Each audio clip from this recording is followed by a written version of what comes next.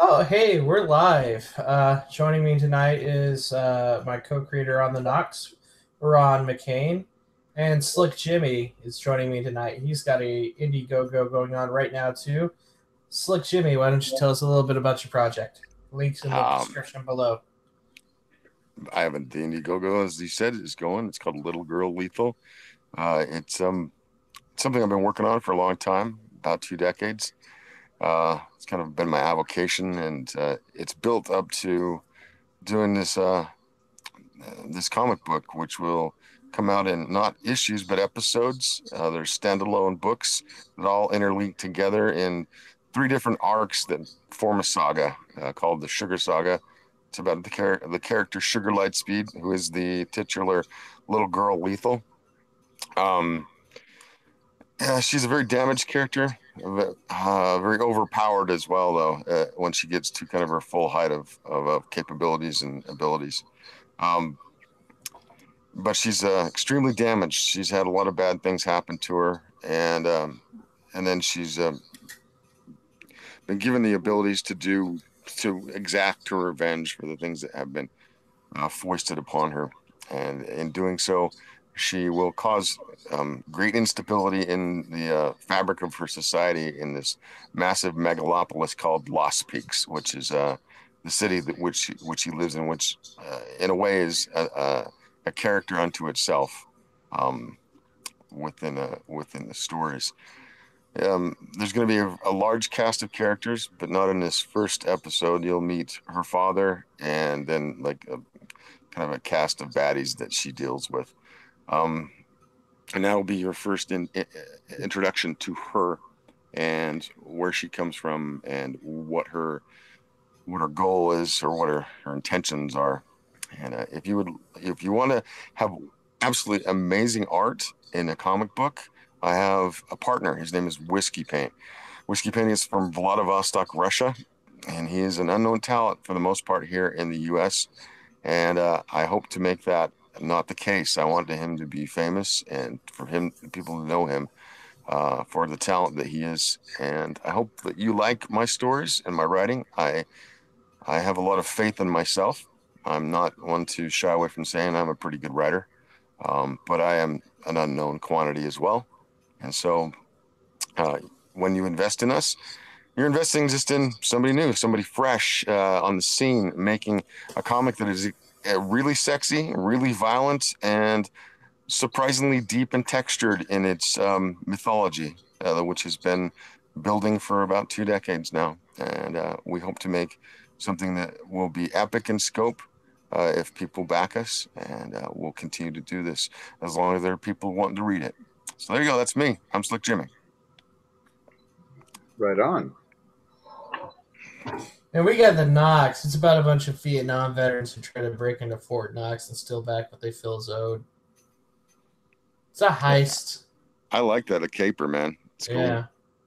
Yeah. I'm gonna as soon as I got a couple of books I have to do that before that, but you got time, and I'm gonna throw that on there. Get and put that on my essentially my Indiegogo poll. Hey, do we get somebody else? No. No, it's a notification. Oh, okay. I'm getting a little bit of feedback. I can hear myself echoing slightly. It's probably from Ron. I have my headphones in. Let's see. Just 1 second. I'm gonna see if I can drum up some more people. Give me a second. All right. Hey, we got one viewer. I think that's me. That's you're viewing yourself. watching myself. Right. Let's see if I can I copy that hangout? Yeah. Yeah, How do I copy do it. that? Who? I just tried doing it. It just shot me back to the hangout. I'm trying to get it to copy on my phone. Come on, you bastard. It doesn't do it. Shit. Let me see what I can. Let's see if we can get David Williams in here. What do you Ooh, think? yeah, let's get David in here. Wait, is he Comicsgate? Um, Because we can't talk Comicsgate. We don't want him to lose his job. oh, yeah. I don't know. I don't think so. Oops. Shoot. What did I just do? Well, that was You returned. remember when I made him really What? Oh, I'm sorry. Somebody in dropped the that. private group? Yeah. Let me paste it in the chat for you. Well, I've got it in the chat of that one, and I just can't seem to get it to copy. I don't know what the deal is. Pretty lame. I don't know what my phone is. I bought the best phone on the market when it was there, and now I'm just like,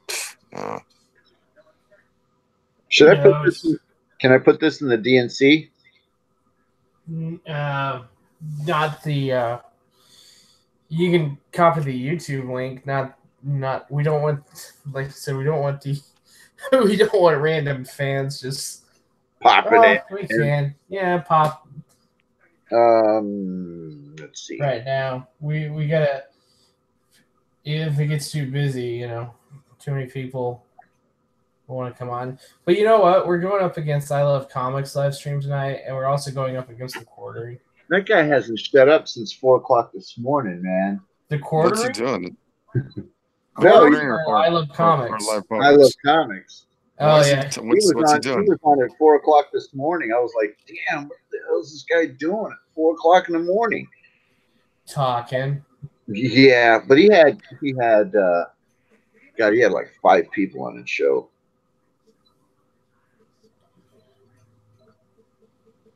Let's see.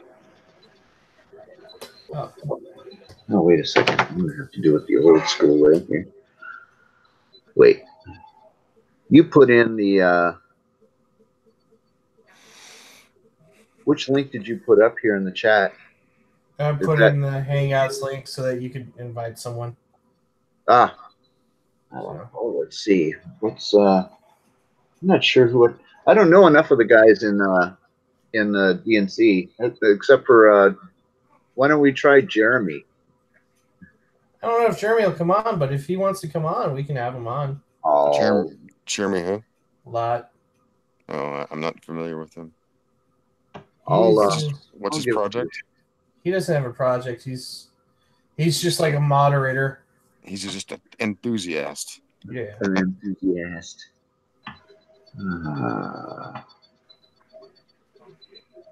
Let's see here.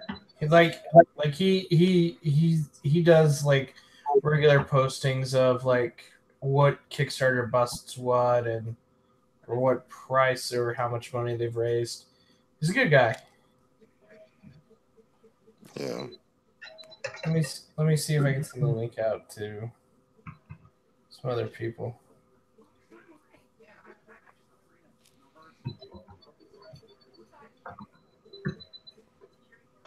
Here you were.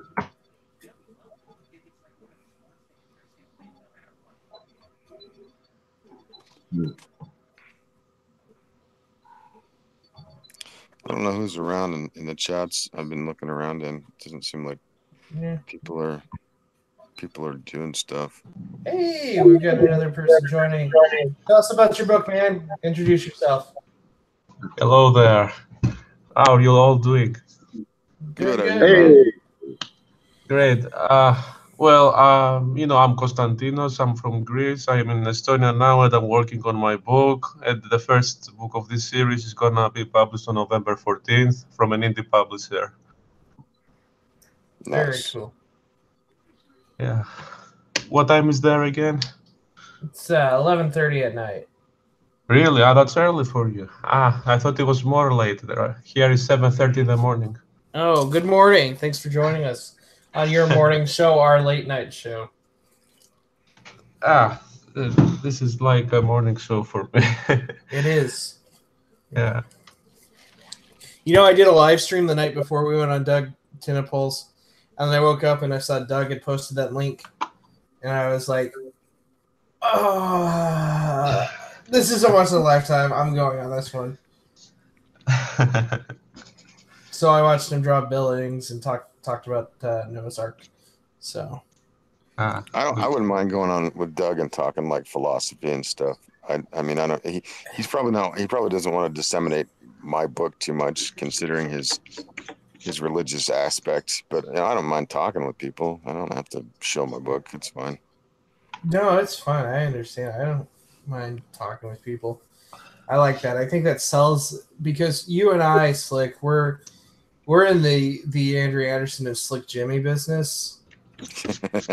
We're not in the one book one hit wonder business. Yeah, I'm trying to build a brand with myself in a way, and with my partner, and the brand is also Little Girl Lethal and that stuff. But I'd like people to get used to me and who I am, and maybe be interested in me, and maybe not interested and be mad at me, and then we can have fun that way. You know what? This is what Doug said to do: get a bunch of the smaller guys together and just start streaming like this. Yeah. So even if we don't have viewers right now, guess what? This will live on forever. People will watch it later, and they'll go click on our links, and they'll buy the books. Well, I hope so. Like I said, I'd go on Mike Miller, and I don't have to say a word about Little Girl Lethal because, he's very religious. But I can have a conversation with him, and he's a fabulous artist, and talk shop and stuff, and it's fine. Like if he would want me on, I don't know if he would. I mean, I get along with him fine in DMs. It's not like we have any acrimony or anything. So yeah, no, I get along with him too, very very well. I wish I could copy that damn link. What the freaking hell? Why can't I do that? Here, let me see if I can send it straight to you. Well, that's what I'm saying. Well, I'm trying to copy it out of Nasser's DM, and I can't get it out of there. Like I can't, just every time I push on it, it just sends me back to this thing. Oh wow! Hold on. Like immediately, I wonder if is there a way to copy it out of Hangouts? Maybe. Let's see. Let's see. I just sent it to you in a DM. One second. See if I can put it in a couple of chats I'm in, then maybe I can get somebody else and come say what's up. Exciting and new. Come aboard. Hey, Ron. We're expecting you. Yes, sir. Tell us a story about working at DC. Oh boy. Wow. I will tell you a horrible story. No, I won't. I don't want to tell that one. That's for the memoir. You have to buy that one. Yeah, you have to buy that one. Story. Let's see. I will tell. I was watching a video from FizzPop yesterday, and it was about forgotten heroes of the Bronze Age, and the creator of this character, basically, a whole bunch of people migrated from Marvel to Atlas, and started a new company called Atlas, and Archie Goodwin walked away from Marvel and went over to Atlas and created a character called the Destructor with Steve Ditko and Wally Wood. So I went ahead and I commented on it, and I basically told FizzPop that yeah, I knew Archie and that he was a really wonderful person, far outstanding, his creative accomplishments. So I say that to say this, that Archie truly was my favorite editor of all editors I've ever had. And I've had some wonderful editors. I've had, Ralph Macchio. I've had Mike Carlin, the great Carlini. But Archie was truly an amazing person. There was a couple of times where when I was first getting started. It was my very first job at um, at DC, and it got scuttled, kind of, not through our doing, but yeah, kind of. So here we are. We're working on Legends of the Dark Knight. I get to work for Archie Goodwin. Chuck is the writer. Chuck Dixon is writing this thing, and everything is going wrong. Everything under the sun, everything that could possibly go wrong.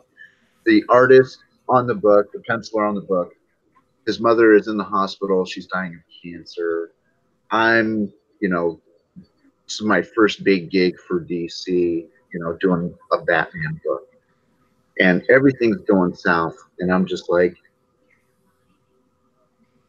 my hands are in the air. And I'm thinking, how are we going to recover from this? So I get a phone call saying that after it was supposed to be a 3-issue story arc. And what happens is at the end of this issue, the first issue in the 3-issue story arc, we were going to surrender the book to Eduardo Barreto, who is an amazing artist. He was going to pencil and ink the whole thing. So I'm out of the loop. Ron Wagner, who is the penciler, is out of the loop. And,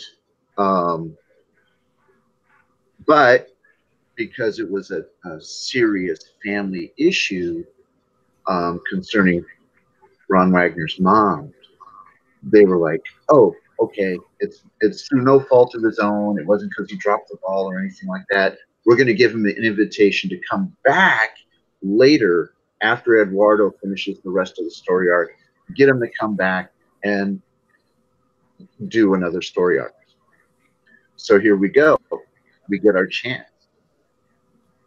And between that particular issue 59, and the 2 subsequent issues, I get a call from Mike Carlin, who's across the hall. And he gives me a Superman book. He gives me The Adventures of Superman while I'm waiting. So he sends me the first 4 pages, and he says, go ahead and ink these. We're working with this really, Peter Krause is a gorgeous penciler. He's almost like Jerry, a Jerry Ordway kind of a very pristine, very kind of a classic Wally Wood anatomy, Kurt Swan kind of a Superman, except with the long hair. Gorgeous stuff. Totally outside of my zone. I'm not that guy, right? I was coming out of a very scritchy Dennis Cowan, Bill Sienkiewicz kind of a vibe. Doing this was totally outside my zone. So I get this. What happens is I get the first 4 pages of the Superman book, and I get the first 2 pages of the new story arc that we're supposed to be doing for this Batman book. Same art team, same editors, everything's going, really well on the Bat book. I ink those, put them back then. We didn't have scanners and servers and stuff. We send everything through FedEx. And then I get the on the Superman side, Carl Kessel or Kiesel is writing that particular story, and he goes on vacation after 4 pages. And I'm like, okay. So I don't get any more Superman pages for a while. And Chuck Dixon decides he's going to rewrite the entire Batman story. So I don't get any more pages there. But I have a set deadline, which is the day before Christmas. So now I've got 40 plus pages, and I don't have anything coming in. So I get this phone call, and we're 12 days away from deadline, and I've got 40 pages to do, and I don't have any pages in hand.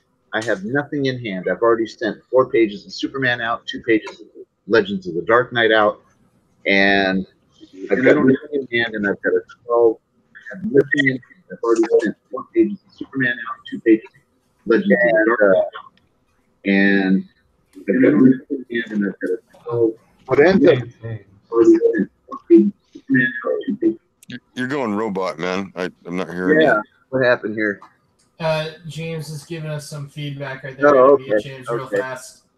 So I get this conference call from Archie Goodwin, Mike Carlin, and Jim Spivey, who is Archie's assistant. And they're like, hey, we're under the impression that, you know, granted, you know, I've done one 24-page book for DC. They still don't know who I am. And I've got 2 books on my desk with a solid deadline of the day before Christmas. And I get this conference call from the DC office. They're doing their weekly roundtable to find out who's doing what. And they had just separated their universes. So Mike Carlin is doing everything Superman universe. Archie is in charge of the entire Batman universe, and Dwayne McDuffie, I think, is doing Green Lantern. So I get this call, and it's like, hey, it's come to our attention that we've each given you a book that's 12 days out that is due on the same day, without knowing that we gave you this book, and then they're like, because you didn't tell us. And I'm like, no problem, guys. I just matter-of-factly said, no problem. And the call went silent. Like, uh-oh, we didn't know how to deal with this. We didn't know he was going to say that. We expected him to panic. I turned the pages in a day early. I moved my studio. From Pioneer Square, which was in the old part of downtown Seattle, to my home, into my dining room for the next 2 weeks. And I never got dressed. I would wake up. I would go into my dining room in my DVDs. I know it's a sexy thought. And I went in there in my DVD. Oh, yeah. Oh, Sexy yeah. time. And then I would sit down at my dining room table. Magically, coffee would appear next to me, and food would appear every couple of hours. And I just kept ink flying until I would literally pass out at the drawing table, and my wife would go ahead and carry me to the bedroom and then wake me up the next day. I would tell her, don't let me sleep for more than, X amount of hours. And I went ahead and I turned all those pages in early, and got a call from Mike Carlin, and he offered me a contract for Black Lightning, which was coming out soon, that they were trying to get that launched, but they were so far behind. And I got a call from Archie congratulating me on doing something that they had never had happen before. It was kind of the unprecedented performance by a new talent kind of a thing, and that's why they gave me the contract in the first place. But Archie was really nice about it and said, you did a really good job, and if you ever need anything, just give me a call. And I did. There were times when I was working on other stuff that I would actually call Archie for advice, and he would lend himself to my cause, and then after you know, several years, you know, of course he started getting sicker and sicker, and you know, I think he had Hodgkin's lymphoma, and that's ultimately what took him in 1998. But I remember seeing him in San Diego. It was the last convention he ever did, and just kind of had to give him a nice big hug. And the industry itself, whether you were a Marvel guy, a DC guy, a Dark Horse guy, it didn't matter. When Archie died, the industry itself shed a tear, because they knew they had lost a great one. They really did. And you know, it was just a really good pleasure to know him. He was a stalwart guy. He was a genuine guy. And I've never, to this day, I've never heard a bad thing about it. I'll second that. He was my favorite editor. Yeah, he was mine too. He was an amazing guy. You know, it was sad to see him go. I worked with him on a couple of projects. The first time I worked with him was when he was over at Marvel on the Epic line. Mm-hmm. I did. He liked Esper's a lot, and he brought it over to Marvel at Interface because they wanted to have a different title at Marvel. But they also printed a trade collecting the original Esper series, and did a bunch of other stuff for Epic, and including I did a graphic novel called Sinking that it was nominated for an Eisner and some other stuff. But it was just really great to work with Archie, and it was really sad to see him go. Yeah, yeah. And he was also a good writer. You know, he wrote a lot of really good comics back in the day. Oh yeah, I loved his solid writer. His Warren stuff was good. Yeah, absolutely. And as a matter of fact, that one werewolf story that Frank Frazetta illustrated, I believe Archie wrote that. And that was a pretty good story. And then, of course, all the Star Wars dailies. That stuff was fun. Yeah, it was. Hello. Yeah. And no, Archie was you know, I loved I just loved his hand on a project. You know, I'm not even going to mention Manhunter because everybody should know Manhunter. With Walter Simonson, that thing was just amazing. But his hand in dealing with talent always seemed like it was like, you know what to do. You know, that's why you're here. Kind of an approach. If you drop the ball, then you'll get to know me. Kind of thing. But other than that, he was like your buddy. Yeah, he was a very nice guy, and he was very friendly. He was very approachable, unlike a lot of people in comics. Yeah. You know, I remember breaking into the business, going to these comic book parties at the Comic-Con, and just how cliquish and aloof a lot of people were. And they wouldn't even look at you if they didn't know who you were.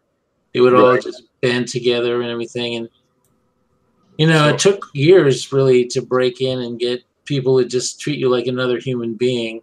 But Archie wasn't like that. He would be friendly to everyone. And, you know, he's one of the few people in comics that I consider somebody to emulate. Like another person would be Jack Kirby, who was just super nice, super friendly guy that would pay attention to you like you're the most important person he ever met. The way he talked to you. When he was in a conversation with you, he made you feel like you were the most important person. He didn't, and he would, you know, he was just, and he would call you sir, and he would, you know, he did that the first time I met him. I was 18 years old, and he called me sir, and I was really surprised, because I'd never met him before, obviously, and he was like a legend to me because I'd grown up on his comics. But he was like that. His wife had to keep dragging him away from his table because he would just keep talking to the fans for, you know, forever. And it didn't matter. The thing is, he would have people come up to him who had like Down syndrome or some other problem, and they could barely talk. You know, they were like, and he would talk to them and listen to them very patiently, and he would be very respectful to them. And you know, you could really tell that the people that he talked to like that, they just loved him because he treated them, you know, like they wanted to be treated. Yeah. Sounds like a nice guy. You And guys are Archie is the other one who was really super nice. I mean, there's other nice people in comics, but those two I think are the top of the line. You know, Yeah. and I try to be like that myself, but I'm not as outgoing or as I mean, I can be, but I'm not as people person as those guys were. You guys, you seem that you both of you have worked in the industry, like really worked in it. Like I'm just some schmo out in the Midwest. I mean, in the Mountain West, and so when I hear these things, I haven't done the con scene at all. I've just been a reader and a guy who's worked in entertainment, like movies and television and stuff. I'm just a nobody and just worked in like art departments and things like that. But I see what you're saying about like if you're talking about the cliquish atmosphere, I've not noticed that in what my former career.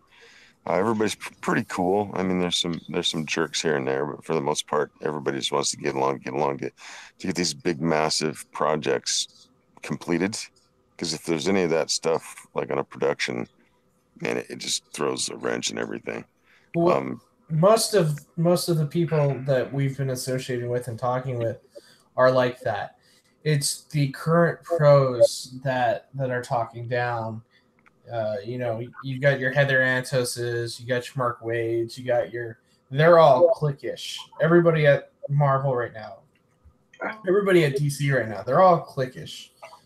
And are they just trying to protect themselves? Is that why they do that? It seems counterproductive. That's what I'm saying. It's a new thing. I'm telling you, it's a new thing. When I was first showing my portfolio in '90, is my first trip to San Diego. I ran into, and these guys were the top of the line guys. I put my portfolio in front of everybody who would give me the time of day, and the artists. I didn't talk to editors my first trip down, unless an artist told me to go talk to them. And the reason for that is I wanted to evaluate myself with the people I wanted as my peers. So I'm talking to guys like Kent Williams and John J. Muth and Dave McKean, and I got in front of Bill Sienkiewicz, which was rare, and and you then in front of Bill nice? Sienkiewicz? No. Huh? Is Sienkiewicz, is he nice? Because I've interacted He's with an him. asshole. I'll tell you. Did I say that out loud? Well, I've interacted with him online, and he was actually fairly cordial with me. But of course, I never like contradicted him or anything like that. He's if you say the wrong thing, he'll come very, very close to flipping a table on you. Wow. I've actually asked him a question, innocent question, about one of his assistants, Al Columbia. Mm-hmm. And that's a dangerous question.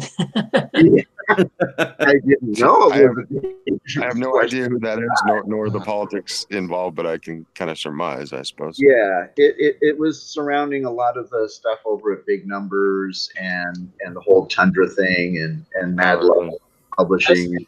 If next time you talk to him, ask him if you ever paid back Kevin Eastman. Yeah, yeah. There's another table flipper. Eastman, really? He seemed so nice when I met him. No, Eastman's fine. Eastman's a good guy. But what happened is when he created Tundra, he had millions of dollars, and he blew millions of dollars by hiring the wrong people and giving people advances who didn't deserve it.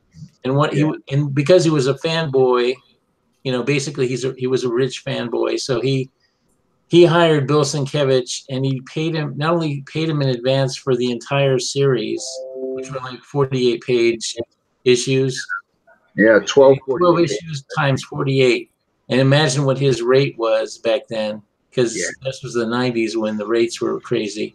So he got, you know, thousands, maybe 50, 60, $100,000 advance. And then on top of that, okay, that's not enough. There's more. He bought all the original art in advance. So he said, I also want to buy all the original art in advance. Now, I'm sorry, but that's the dumbest thing anyone's ever done. Because anybody who's been in this business for a while, no offense to you artists, but never give an artist too much money in advance. Because, you know, people are people, and people, when they get a lot of money, they start flirting away. You know, we saw like a lot of these guys at Image during the 90s who, not the top guys necessarily, but there was a bunch of guys who were really hot at Image, and they made all this money off their first book, and then they went and played video games for 2 years before they came back to work. And by then nobody cared. But it was the worst thing that it could ever happen. It just killed the industry. But anyways, on the Kevin, when was this? About what time was this? What 95, 96? Yeah, something like that. Well, anyway, when that Tundra story, basically, so anyway, Sienkiewicz got like, who knows how much money it was. Untold numbers of a lot of money, believe me. He could have bought a really nice house in New York or something. But anyway, what he did with it is he went to the Caribbean and blew it all on gambling. Oh, jeez. And then he came back and said, and he only did like 2 issues of big numbers. It was supposed to be 12 issues, and he only did 2. So not only did he come back and say, I have to work now because I spent all that money, so I have to go and get other work to pay my bills. Oh, by the way, I don't want anyone to ever do my book. I don't want to do it anymore, but I also don't want anyone else to do it. Yeah. He had this assistant, Al Columbia, who could ape his style, and he did a whole issue. I have it in Xerox form. He had a whole issue of number 3 done, and it could have been put out, but he didn't want it put out, and he was upset that Columbia actually drew the thing. And it was beautiful looking and everything. You can tell it's not out Sienkiewicz, but it's close, and it was very well done. Anyway, so yeah, so I'm sure he still owes a lot of money to Kevin Eastman. He probably never paid him back. I don't think. Yeah. He got advanced. He got advanced, blew it all, and then said he wasn't going to do the work that he was paid to do. Yeah, that to me is the worst. Okay, it's bad enough. To me, why did Kevin Eastman sue him? I mean, if was this all on paper? I would have, believe me, I would have sued his ass, but then I wouldn't have lent him all that money. I wouldn't have given him all that money in advance. All I would have said to him is, "You're going to get sued, but or this is the thing: you come to this place, I provide you room and board, and you finish my book, and that's all, and you do it until you're done." I mean, that's what I would have said, or we're going to see you in court, and I'm going to take you for everything you're worth. Well, the way, from what I understand, Kevin Eastman is a super nice guy, and you can't be that way. It's fucking business, man. No, I agree. That's kind of a stupid idea. I'm a super nice guy, but I don't let people. I'm not nobody's doormat. Believe me. Yeah. But I don't know all the ins and outs of the story. I just know the public record of it. So there's a lot more to it, I'm sure, but. Okay, I mean, like I said, when you do business, that's why you keep a guy on retainer. You pay him a little bit every month, just so if that happens, you sick him on him and you take care of business. It's just how you do it. I mean, I know it seems like kind of mercenary, but that's a lot of money. I mean, it's Christmas. That's the way I would do it. I mean, the thing is then it just seemed like money was flowing like honey. Yeah, it was crazy. Guys' hands. I mean, there was just money everywhere, and the page rates, like Jim said, it was the page rates were just retardedly high. People were getting tens of thousands of dollars for stuff that the royalty checks were amazing too. Apparently, yes, they watched that Image documentary, and apparently one day Rob just went to Rob Liefeld went to like the window of his office building of Extreme Studios, and he pulled everybody aside and said, "See all those cars out there? I paid for those." Humble Matt. Okay. That's a. Some of those guys really went crazy. Like one of the things Rob did that to this day just makes me shake my head is he built this life-size spaceship shuttle for his Youngblood. It's like a life-size Quinjet or whatever you want to call it. No, and that thing was made out of fiberglass, right? So it couldn't be shipped very easily because, first of all, it couldn't be taken apart. That's the most idiotic thing. You can't take it apart. It had to be shipped as one giant thing, right? So if you've ever done any shipping, wow. And then it was made out of fiberglass, so it got damaged anytime it moved. So then they had to repair it each time. So, and then moving it into, they had it in the a few conventions for like 2 years, and it was just, you know, people could go inside of it and all this stuff. But you know, it's like it was just a big white elephant. He spent like over $250,000 on it. Oh, drop in the bucket. Yeah, but I mean, that was just the cost of building it. But then the shipping and all that stuff. Every single time you have to do a show, yeah. $250,000 would be the price of a house where I live at that time. Like a pretty good house. That's a shack up here. Well, yeah, but I live in Utah, so that's a whole different thing. You can buy a nice piece of property and a house for that amount of money. Yeah. Yeah. It used to be that way up here, but good God, man. The kind of stuff that was going on in the mid 90s was just I don't know, I've heard just some crazy stories. Okay. Here's one for you. Artist who once upon a time was what I consider to be quite good. I don't know if I should give a name, but he ended up going over to Image. He did like a half a book over there. They paid him for what he did, and he just basically just threw his hands up and walked away. And then, no, wait a second. It wasn't Image. It was Valiant. It was Valiant. He was doing Turok. I think James knows who I'm talking about. Yeah. And he was doing Turok, walked away from Turok with a phone call from Marvel. They said, we're going to give you Silver Surfer. Oh, that's one I've always wanted to do. Sorry. That's my No, that's okay. That's okay. Shit. This is a hilarious story that tells you the mindset of the people in the mid 90s that is just totally unprofessional. I could not do this. He gets a phone call from an editor over at Marvel. They say, we're going to give you Silver Surfer carte blanche. And the whole idea is if you don't want to draw buildings, you don't have to worry about that. You can keep them in space where you could just do, black with stars. You can do, supernovas going off in the background, and we'll just write the script around you.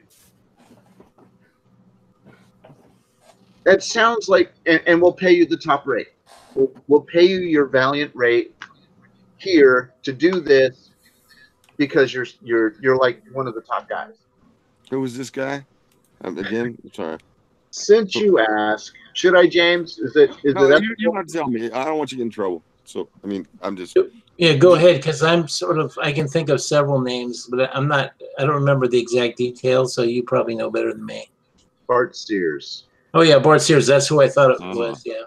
Yeah. And then, he walks away from that without finishing the book.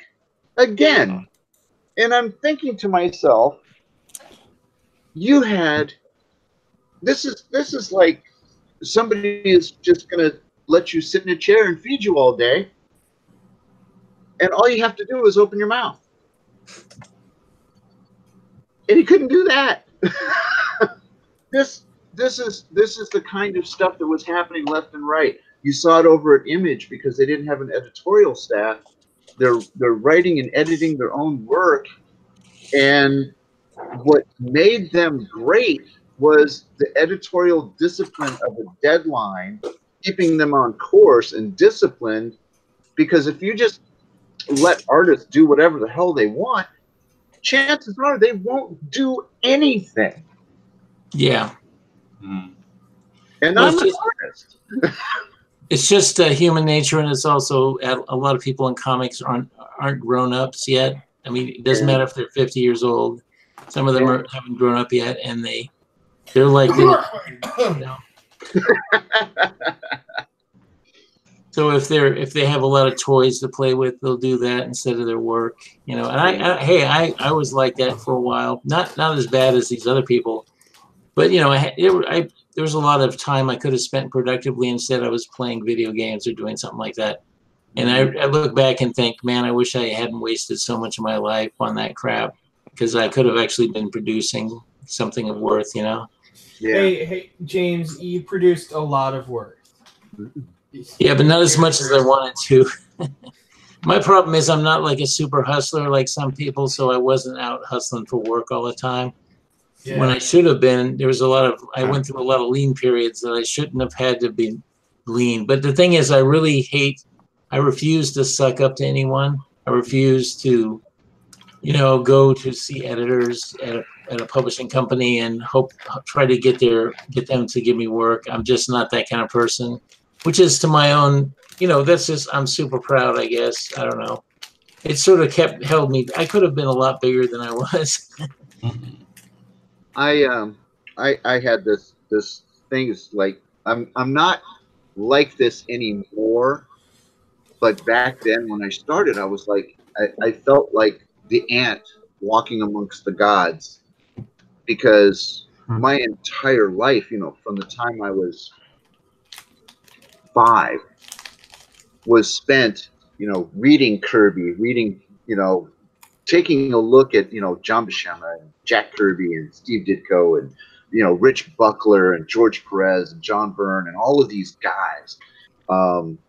And, you know, loving the George Tuscas and the Gene Colans and all of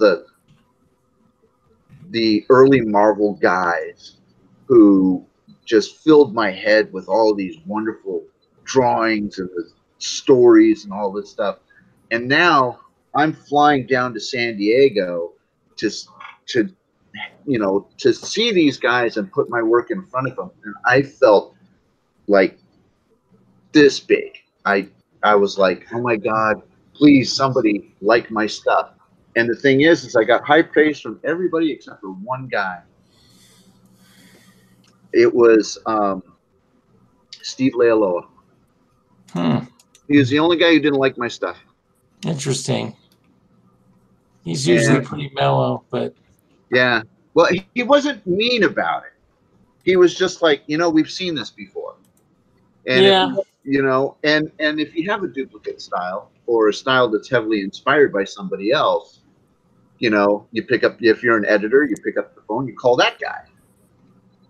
But what if he's not around? That's where I come in, right?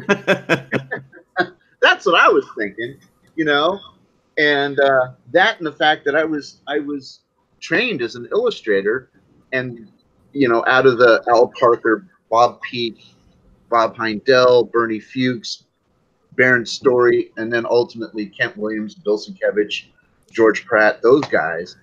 And that's how I went into the business, with that heavy inspiration. And after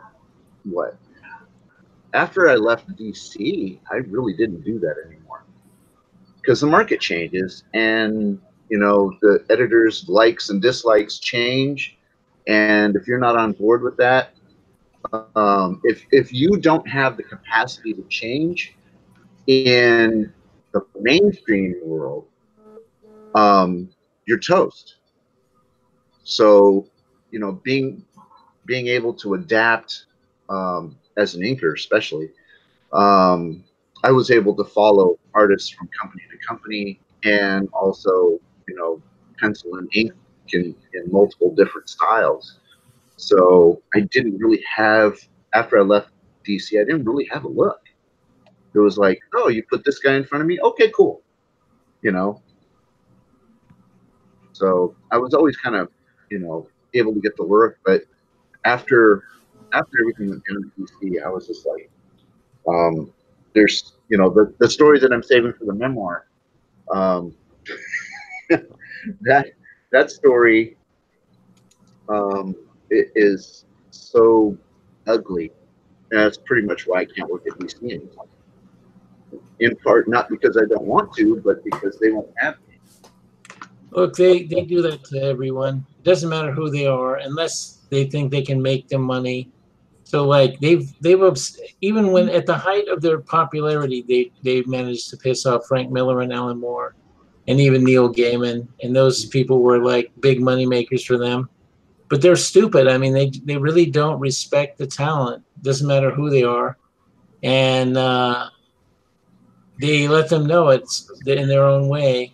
And I learned it pretty early when I was there. I went there with big eyes, thinking that I want to make it a win-win situation for both of us. I want to do really good work, and you guys just will help promote my books because they're your books also. I had that belief, and I found out it wasn't like that. They only focus on some books and they just ignore the other ones, and it's sort of sink or swim. And they just like one of the big eye openers for me was my first big book was the unauthorized biography of Lex Luthor.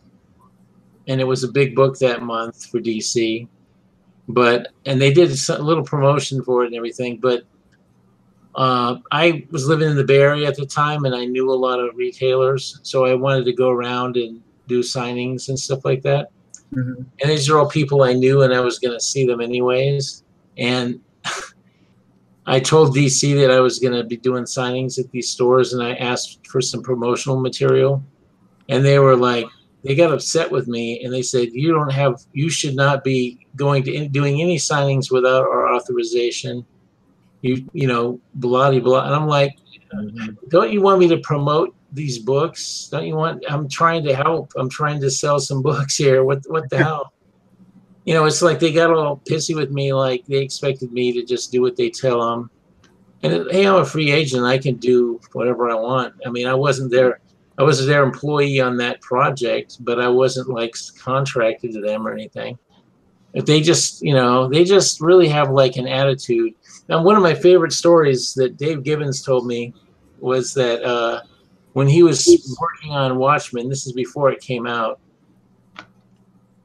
he was talking to somebody that worked in the offices that was in not an editor, but like promotions or finances or something like that. Oh yeah. And he was talking to them, and they was talking about royalties and etc. And then finally they said, it was so much better before this shit. And he goes, what shit? And he goes, these creators write shit. It was so much better before that. That's the mentality over there. It's like, you get great talent to come to work for your company. It's not like it's coming out of their pocket. It's the thing. They were in the shadow of Marvel for so long, and then they were finally breaking out and having these big books like Watchmen and Dark Knight and all this stuff. And they squandered it, and they didn't treat the people right. And and Neil Gaiman came in later, but they managed to upset him over something. He still does stuff in them now and then, but just limited stuff. Yeah. But I mean, he was like a big money maker for them, and it just blows my mind that they would do that, and then they would. It's just a corporate thing. They just don't care, Corporations they're just creating a product like toothpaste, and they just want to turn out X number of units, And the thing is, there's some wonderful people wonderful, talented people who get caught up in the gears that never want to do it again. Yeah, a lot of people. I know a lot of old-time artists who were big names, and I've had conversations with them, and they say there's a point where, you just can't you can't do it anymore. You just like, you start drawing your page and you're just like, I just don't want to do this anymore. It's just because you've been ground down so much by the bullshit. That's why it's actually good for you that you don't work for DC or Marvel, because those companies, they just chew people up and spit them out. When they're useless to them, they just spit you out. They just let you like useless, you know, they take out all of your creativity and leave you a husk, you know, on the side of the street. Well, And that's one I of the things I always noticed. I've noticed that the House of Ideas and like new characters. I don't see really cool new characters come up a whole lot anymore. I get the feeling that look, I grew up don't during. want to.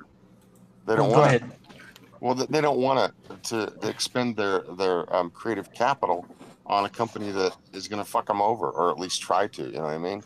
No, absolutely. That's absolutely the case. I mean, see, I grew up in the 60s, so I read comics when they were at the zenith and when all the big books were coming out, like Kirby and Ditko Spider-Man and all. I read all that stuff when it came out, and I'm not a big fan of the 70s, but I mean, I read them in the 70s, but I just didn't. I thought the 70s comics weren't as good as the 60s comics, and I left comics like in the late 70s. I just said, screw that. I just was so disgusted because Marvel was doing like Godzilla comics and just a lot of crap stuff, you know.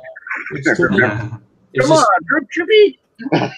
Yeah, I just hated like these really, they were doing like, you know, Wolfman comics and zombie comics. It's like they didn't have any original ideas. They were just rehashing old ideas from Universal movies or something.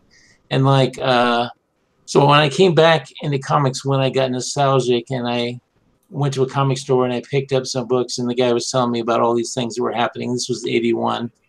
And that's when I got back into comics, and then I decided I wanted to do comics.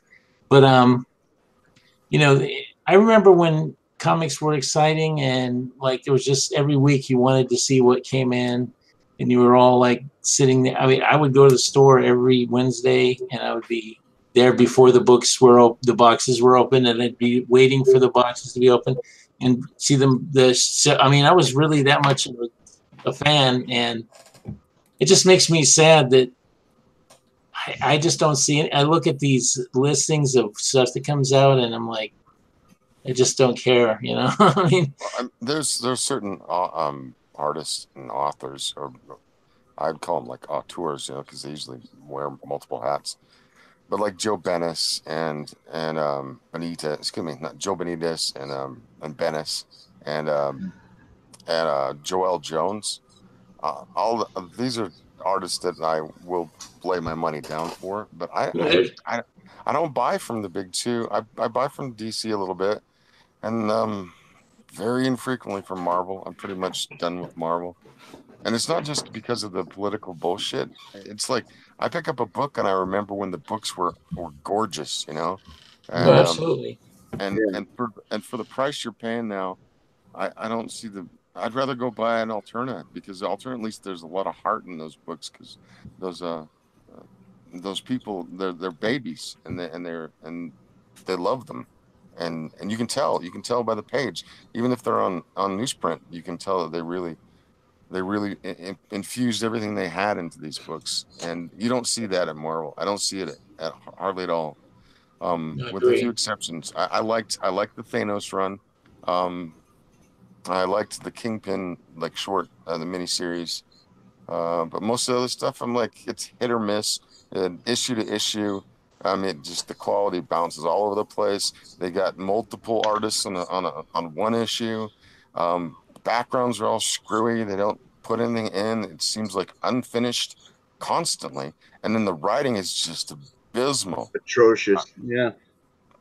And then you get tired of buying stuff that's like $4 to $5 a pop, and you get like 15 minutes of aggravation. So yeah. And I feel your pain, man. I feel your pain. Yeah, it's really it's sad, and I think that we the creators of artisanal comics, we're the future. We're the ones that are going to bring the fresh blood and the ideas. you know, and I'm not fresh blood myself, but I think I've always been original and unique because I don't choose to imitate or follow anyone. I just do my own thing because that's what you have to do. You have to follow your own muse. If you do your own thing, you'll have passion. You'll see something in it that nobody else sees. And then when you put it out there and trying to sell it, you'll have passion to sell it. It won't just be like going through the motions. When you said, I just had a cat come and knock down some stuff. Oh, I thought you fell out of your chair because you were drunk. No, like when he said one of, I don't know which one, it was either you or the other gentleman, they didn't want you to sign autographs. I mean, what's that about? I mean, first of all, yeah, that was me. That just doesn't make any sense. Why would a company not want you to sign autographs to get I know. And glad to be kind to the customer? I mean, just to make any sense. Yeah. Yeah, I was floored when that really opened my eyes, and I just after that I was just, you know, and then there was just other things that happened, and I just you know, the biggest one for me was I did the first creator-owned book for DC, and that was called The Psycho. I did it with Jan Brereton, and when the book came out, we went to see if they wanted to do more, and they said no. So I said, okay, then we'd like to get our rights back now. And they made it so hard for us to get our rights back for like years. We had to go through all this legal wrangling and all this crap. I mean, just like unbelievable pain in the ass negotiations and stuff. It was really like pulling teeth. And they had no intention of doing anything else with it, but at the same time, they wouldn't give us the rights back. And eventually, they gave us a contract to get our rights back, but they wouldn't give us the film back, which is what you needed back then. Now it's all digital, but back then you had to have the film. So they wouldn't give us the film back unless we paid them an exorbitant amount of money, which would be way more than it would cost to print a trade. So that would double the cost of printing a trade, right? So then... and then they said, we can't. I said, but you don't own the copyright and you don't have any use for it, so why would you keep the film? And they said, well, because, and then they also told us they were going to charge us for the time that it spent in storage.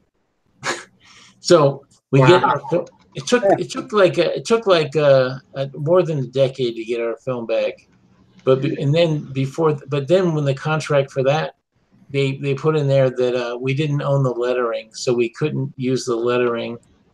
We'd have to book entirely re-lettered, and you know, they just do all this petty kind of bullshit. And basically, what it boils down to is they didn't want us to be successful with our own thing, which they were unable to be successful with. So who sets up a paradigm like that for a company? I mean, does it go? I mean, I know that they're trying to do business, but it doesn't seem like, if you're not setting up a place that foments imagination and enthusiasm for the work, it's self-defeating. Why are they doing that?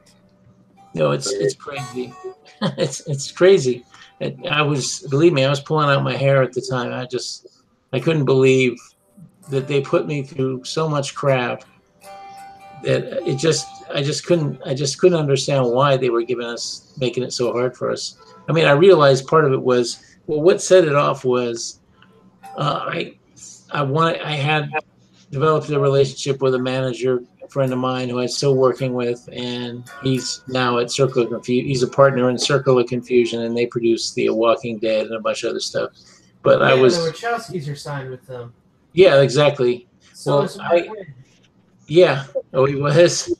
Well, anyway, my friend, this is before he worked there. This is like back in the early 90s. But anyway, I was his first client, and he was going to try to get me into all these studios so they could look at the book and everything. And we wanted to do that, but DC said no, because only Warner Brothers can look at this. Nobody else can. You know, that's when we decided we have to get the rights back so we can take it other places. So they kind of blocked us for years just to take it out to places, even though they didn't own it. They had no intention of doing anything with it. But they wouldn't let us do anything with it, you know. Why so egotistic, really? I don't get the mindset. Because they don't want you to be successful at it if they were unsuccessful, because then they lose out on all that profit. So they don't want antagonists, basically. Yeah, they're trying to control the marketplace. It's of their end of the marketplace, and so they feel it's. I understand it from a kind of a capitalist sort of way, and it's real mercenary. But I mean, it again, I don't understand. If you have all this pool of talent, I would think that you'd want to make them as creative as possible, and then let them loose, and then produce that stuff that has passion in it, because you can see it when it happened, when somebody got a good deal, but then you can see it sour at the same time. Well, I can tell you a secret about the industry that you probably need to know if you don't know it already. Well, and that is a lot of the people at those companies, they feel ashamed to be working on comics. They feel they should be doing something else with their lives, and they secretly hate working in the industry. And these are like the old time guys, and the new guys, I don't know. The attitude has changed about comics, but basically a lot of these mentalities people is that they're ashamed to be doing comics for a living, and they would rather be a book editor or working for the movies or something, and they feel like they're in this dead end job, and so they don't really love what they're doing, and so it's reflected in their attitude towards everyone else.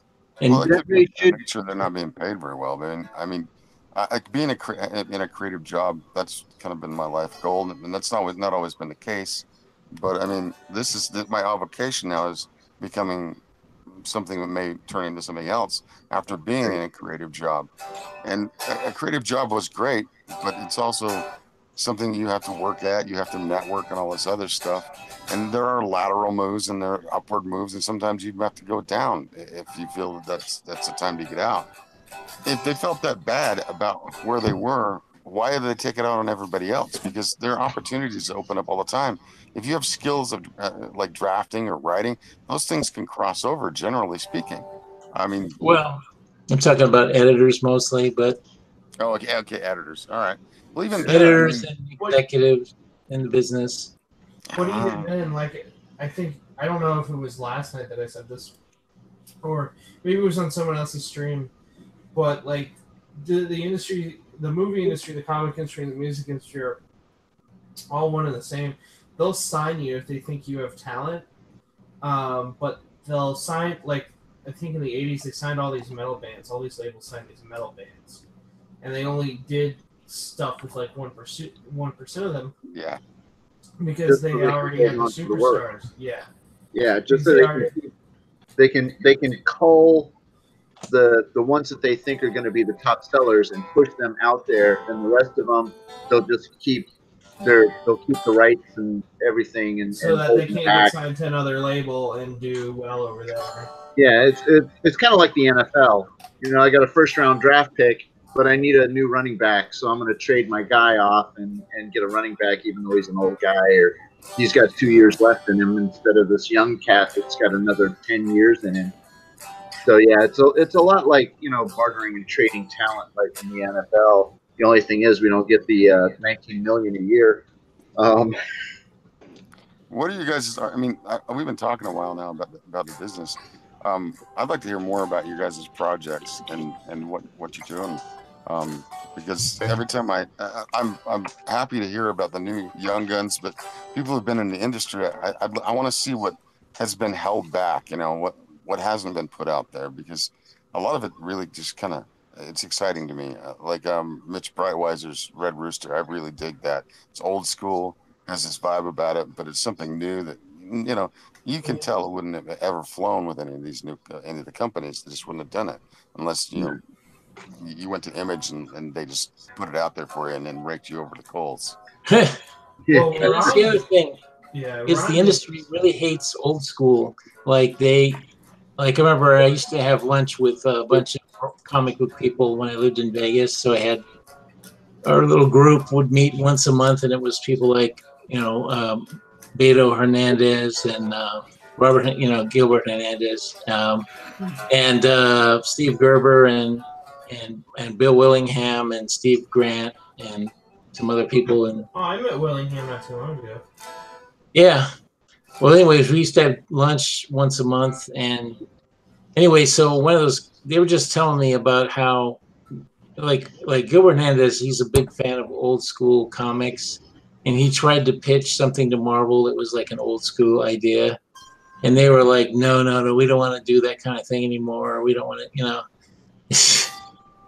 and it's just ridiculous. That's the thing that built their company. That's the thing that a lot of people love, and it's like a fun stuff. So we're never going to get another Elemental series. Oh, Elementals. The rights on that is a mess. I mean, I don't know. Bill Willingham is, he made a lot of money off of Fable, so he doesn't have to work, I guess, because the trades make money, and he can just, once you make a certain amount of trades. Yeah, he's doing something through Devil's Due now. Oh, okay. Well, it's probably just a pet project, but yeah. He's when he was doing Elementals and stuff, he was not very reliable, and I think the rights are all entangled, so he doesn't own it or something. And well, yeah, I mean that was with Comico. Yeah, Andrew Rebb was the guy that owned Comico, and I understand that guy's homeless now or something. Oh my God! What? Yeah, I was talking to a friend of mine is an investor, and he bought the Justice Machine, and I'm writing a Bible for it. And that was Mike Gustovich's project, wasn't it? Yeah, it was. And it was sold to my friend, bought the rights, and I'm doing the Bible, so we're recreating it as a whole universe and everything.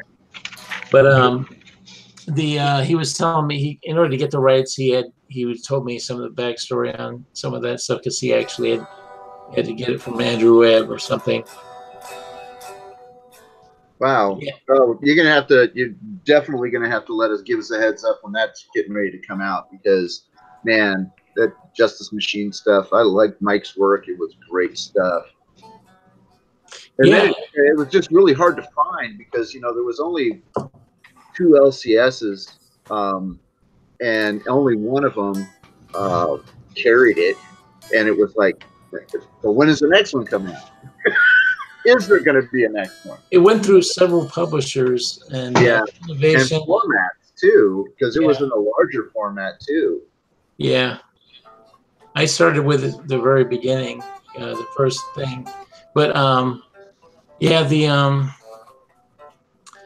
it's we're sort of like on the slope. It's one of the many things that I'm working on right now, but it's coming along, and it's pretty cool. We're just kind of we're updating it, and kind of coming up with new characters and a whole backstory. And I'm trying to do a Bible that really fleshes out this whole world and all the characters, kind of like we did for the Ultraverse. I wrote the majority of the Ultraverse Bible when that was created. And so I have an insight to doing that, and just creating a universe, world building. It's something I enjoy doing. Hey, James. Sorry? James, yes? Did you get any money from the Ultra Force animated series? No. Well, yes and no. There was basically did not from Malibu, so I ended up having to sue Marvel when they bought the rights for back money that they owed us, and I managed to get it, but it wasn't that much. But it was a couple grand. It was under 10 grand, and I had to split it with my lawyer. But and that I couldn't do anything until they went out of bankruptcy. So there was a while when they were in bankruptcy, I couldn't do anything. But once they got out of bankruptcy, I was able to put some pressure on them, and they paid us. And but it was they don't. That's another story. Marvel doesn't want to do anything with the Ultraverse. So that's another thing. I don't know if I'll ever get one of the reasons I did the Ultraverse was I wanted to do something that would take care of me in my old age, you know, and to have something where the royalties would be taking care of me. And that didn't happen, and it just sort of burns that Marvel's doing all this stuff with all their characters, but they're not doing nothing with the Ultraverse characters.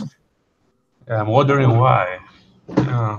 From what I understand, it has to do with the deal that Scott Rosenberg made with Marvel when he sold the company to Marvel, and whatever he did, whatever deal he made, makes it so that he will get a certain amount of royalties off of anything Ultraverse related. Well, the thing is, when we did the Ultraverse, they gave us, all the creators, we gave them, we worked for hire, but they gave us a participation profit. So it was like we would get, like, if we created the character, we would get 2% of anything to do with that character if it was converted to movies or something, which isn't a lot of money. But when you add up whatever Scott Rosenberg wanted, added on, glommed onto that, and then, so like if you have a thing called Ultra Force, you have a bunch of characters that other people, different characters were created by different creators. So they would all get a small percent of that, and then you add on whatever Scott was getting. So it ends up being too much to make it profitable for Marvel.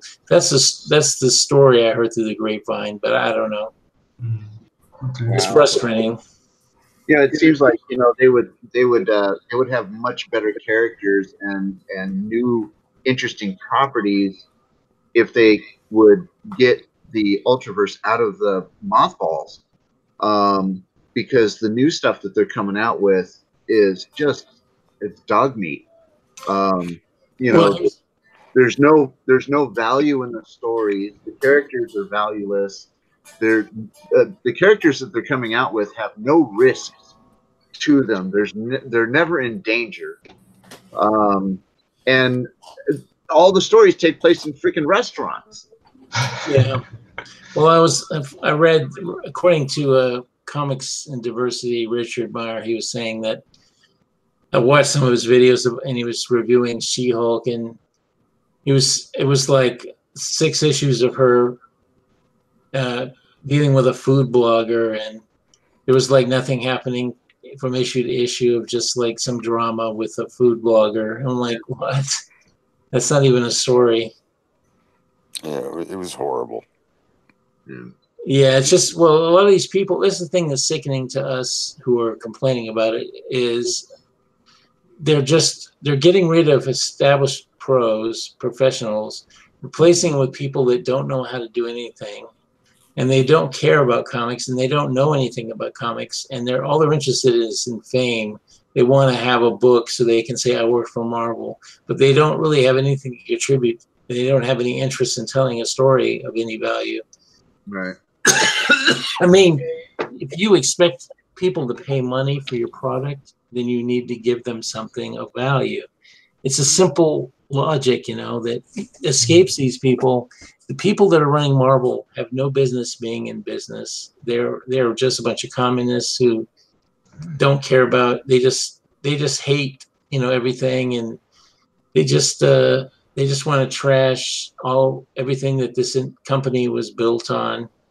They just don't care about it, and they just want to, you know, replace it with their own junk, and it's really disgraceful. Yeah, I agree. It's bad. Well, I've said that, you know, you probably heard this from other commentators that they're deconstructing America's basic mythology. We've created our own mythology with comic books, and they're tearing it apart piece by piece and replacing it with you know, another ideology. It doesn't reflect. It's classic Marxism, and they have nothing to. They're not replacing anything. They're just taking other people's ideas and then just taking a big crap all over it, basically. Yeah. It's always we're complaining about this, that, and the other, but we have absolutely no contribution to replace it with. So it's, you know, it's just totally deconstruct, destroy, and bury it, and then rather than actually replace it with something of value, it's move on to the next thing to destroy.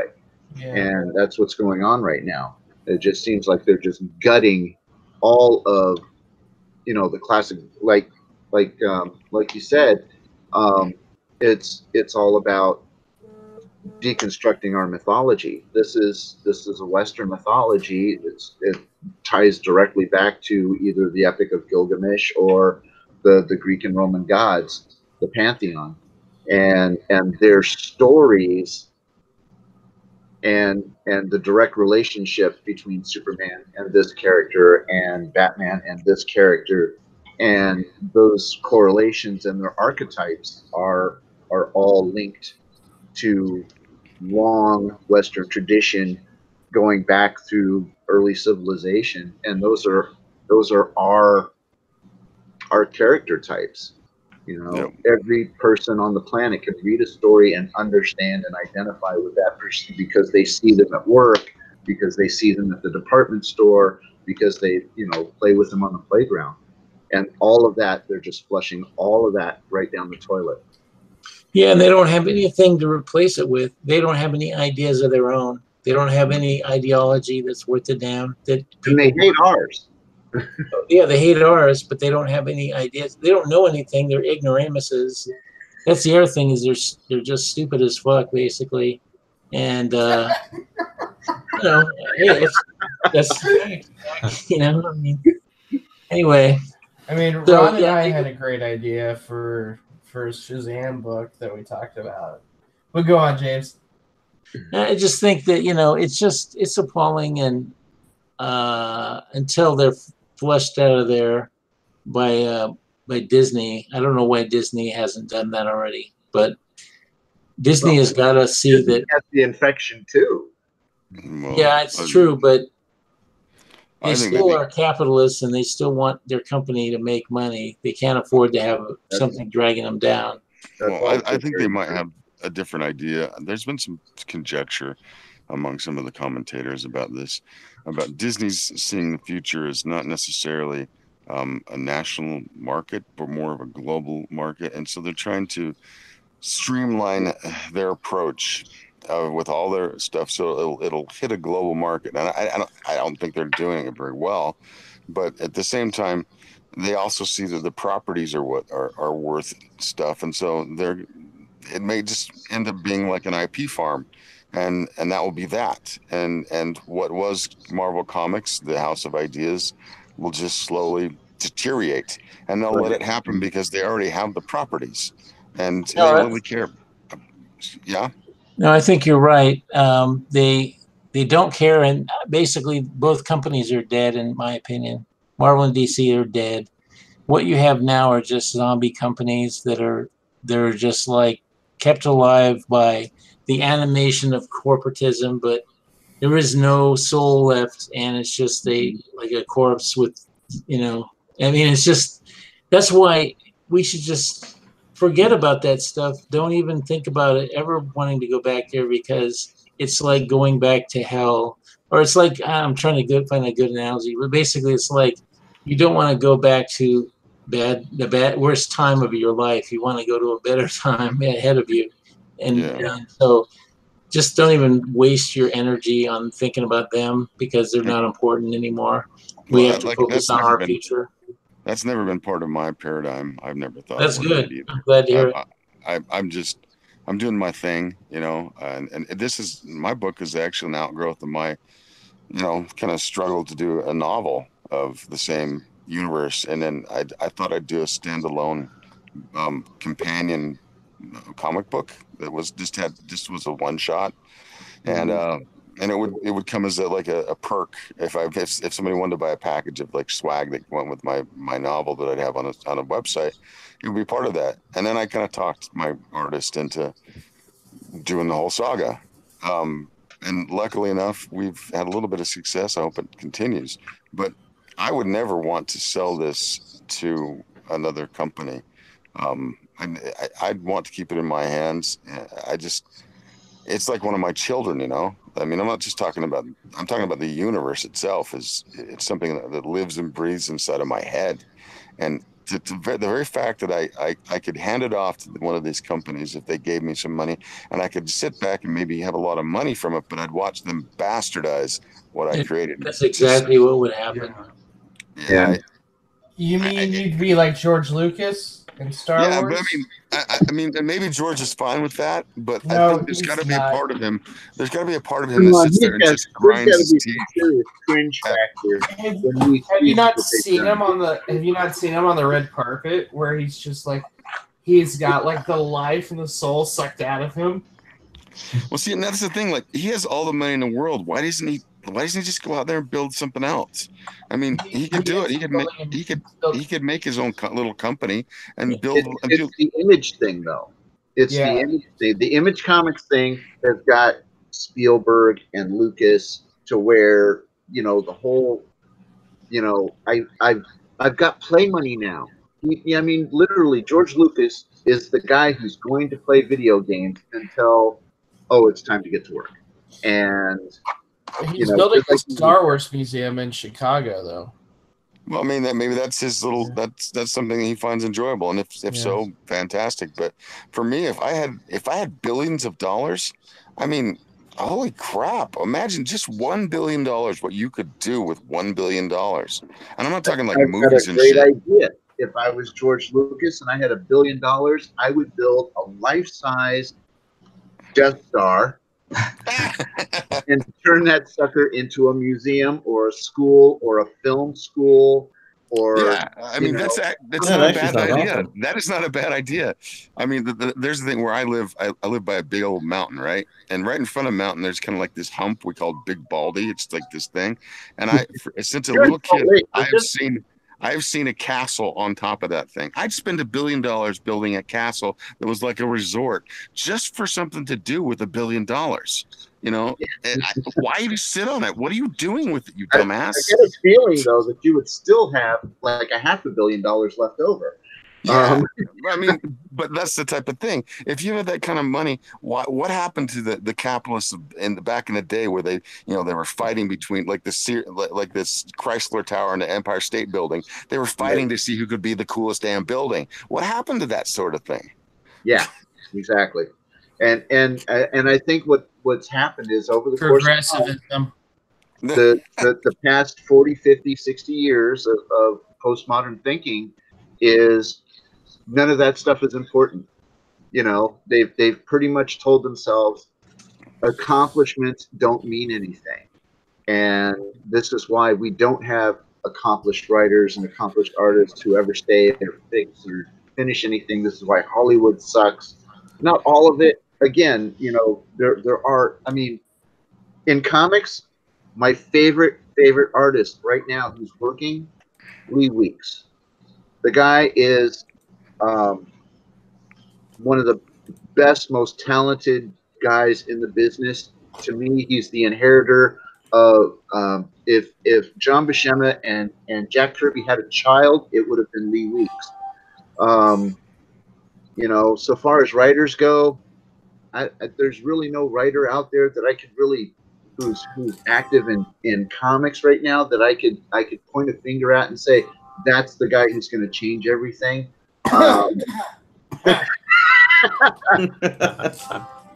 Present company. That was an unexpected thing. But I'm not trying to change everything. I just want to make a good book for myself. That's all. Yeah, that's how you change. That's how you change everything. Yeah, just make a good book. Yeah, just make a good book and then believe in what you're making. Because what I think has happened right now with what's going on in the big three is they're so comfortable. There's no reason to try. There's no when we had and you were there, James, in the early 90s, we saw really great numbers for sales. Yeah. We saw ridiculous numbers, regardless of who was publishing at the time, in that mid 90s, big boom. And we're talking, Spider-Man 300, millions of copies. We're talking, Adventures of Superman, several 100,000 copies. The worst book I was ever on at DC was 50,000 units. And today, the average Marvel book is 20 and below. And that's just not sustainable. And they want $5 a copy for trash. This stuff is birdcage liner. I think what they're doing is they're banking on the movies to keep them sustainable. But the thing is that movies, they're movies like anything else. It's a genre that eventually is going to die at some point or another. Run its course. It's not going to. Yeah. There's a horrible disconnect though between Hollywood, Marvel, Disney, and Marvel Comics, because if over the last couple of years, we go to the theater, we see Thor, a guy with a hammer, we see Odin, we see Asgard, and we see his romance with Jane Foster, yada, yada, yada. You go straight from the theater to the local comic shop, and you're looking for a Thor comic, and it's Jane Foster. She's got another hammer. Thor is missing an arm. He's unworthy to carry the hammer. You got a disconnect because the motivation, if you're one of those guys who gets introduced to comics through the films, you go to the local comic shops and you don't find what you just saw. You go. It's essentially Starfire all over. Like when they because there are kids coming, teenagers, I guess, teenagers and young adults. They're coming from the Teen Titans series, where Starfire is this lovable character. They came to the 52 comics and they see her as a whole something else that wasn't supposed to be. And I go, what were you guys thinking? Yeah, I mean it's a sleight of hand, misdirect kind of a thing. You could say this. You leave the theater, you see Chris Evans doing I hate his politics, but he's doing a great job as Captain America in the films. But if you detach his all of the other stuff, and that's invisible to the moviegoer, Chris Evans, his Captain America is a really good portrayal of Captain America that makes you want to read a comic. You come over and you see what guys like Dan Slott and Nick Spencer and Spencer have done, turning the character who's supposed to embody the spirit, the idea of America, not the administrations of the country, but the spirit, the freedom, the idea of trying harder and doing better, helping your fellows out, joining together to accomplish great things, is a Hydra agent. Screw that.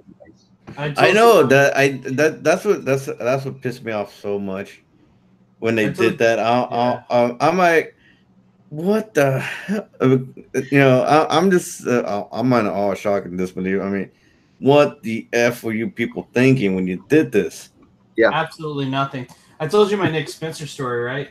No. I waited in line 20 minutes to go call him a Nazi, right? So I get to the front of the line, and I have the free copy of Secret Empire that they gave us to have him sign in Chicago. And I get there, and he's just so dejected. Like, so many people had just yelled at him for doing what he did that I didn't want to be the one that made him kill himself. You can't. It's pretty bad when Chris Evans himself was like, "The hell's this shit?" And Spencer's like, "Yeah, I'm gonna be honest. He doesn't look happy." No shit. Yeah. Hey, and this is a guy that his politics are so off the wall. I'm just like, when the guy who was essentially on your side looks at the Captain America comic and is going, "What the hell? Yeah, you done something wrong, horribly wrong."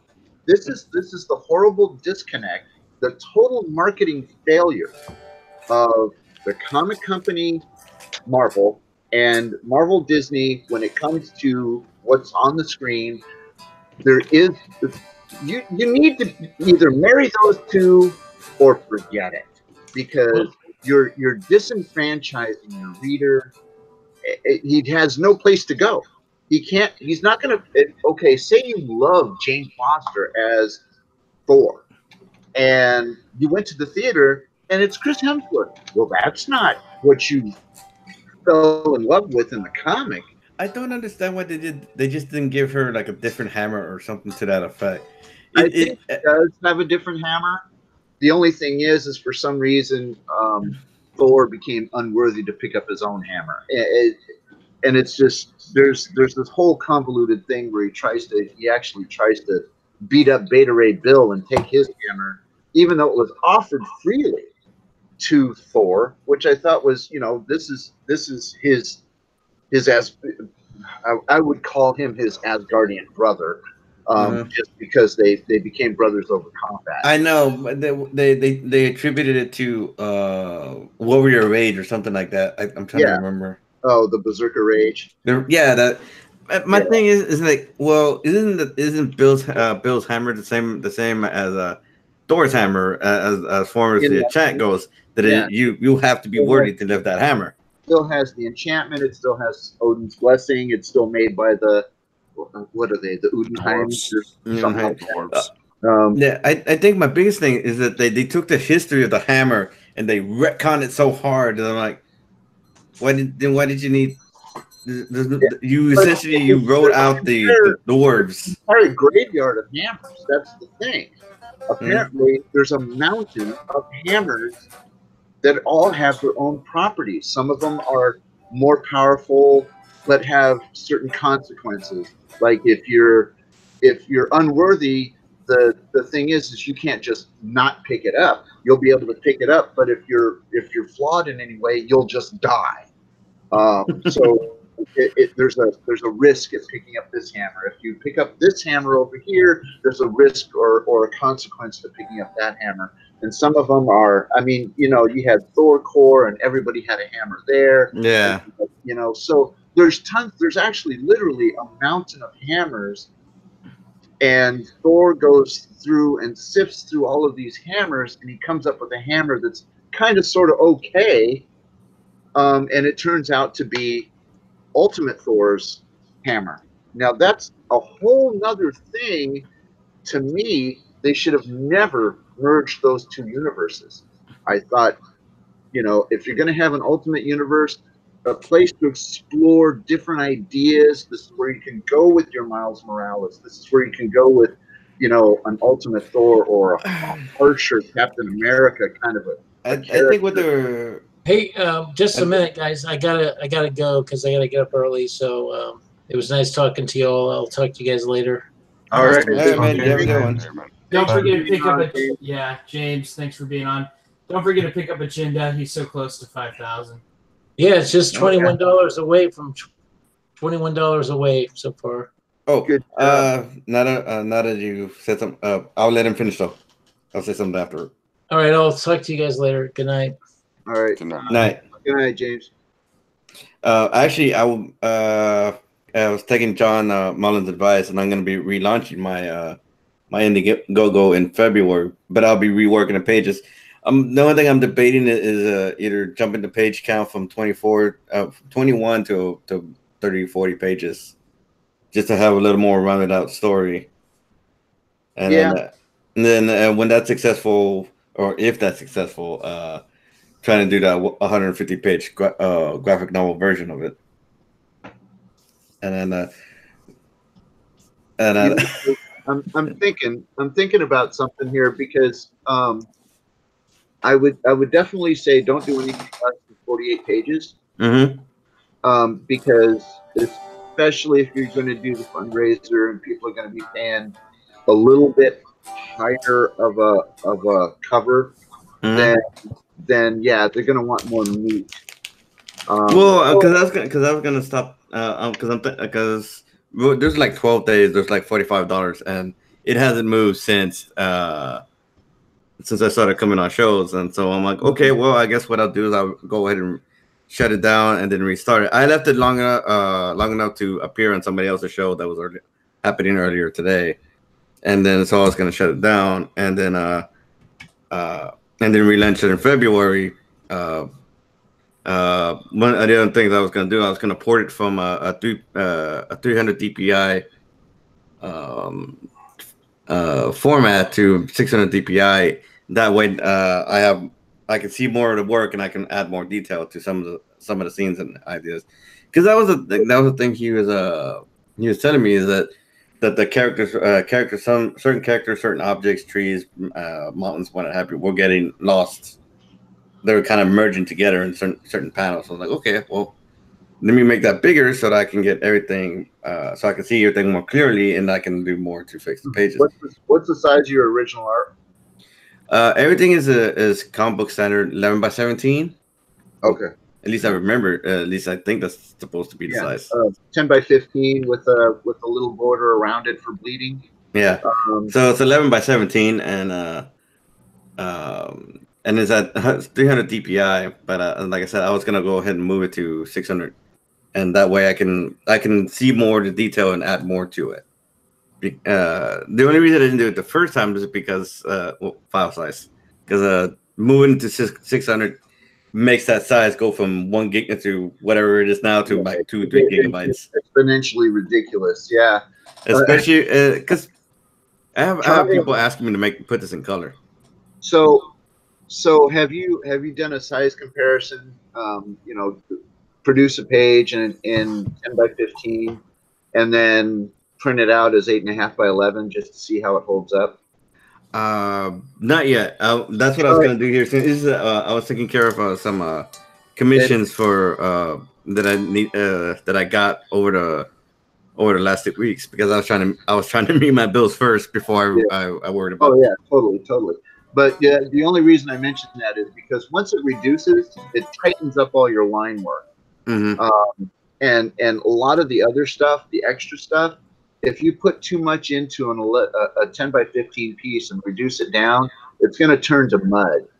Yeah. And all that extra work and all that extra detail is just going to turn to clumps anyway. Right. Because at 300 DPI, I wasn't really sure what was going to happen when I sent it to the printers, and because I did have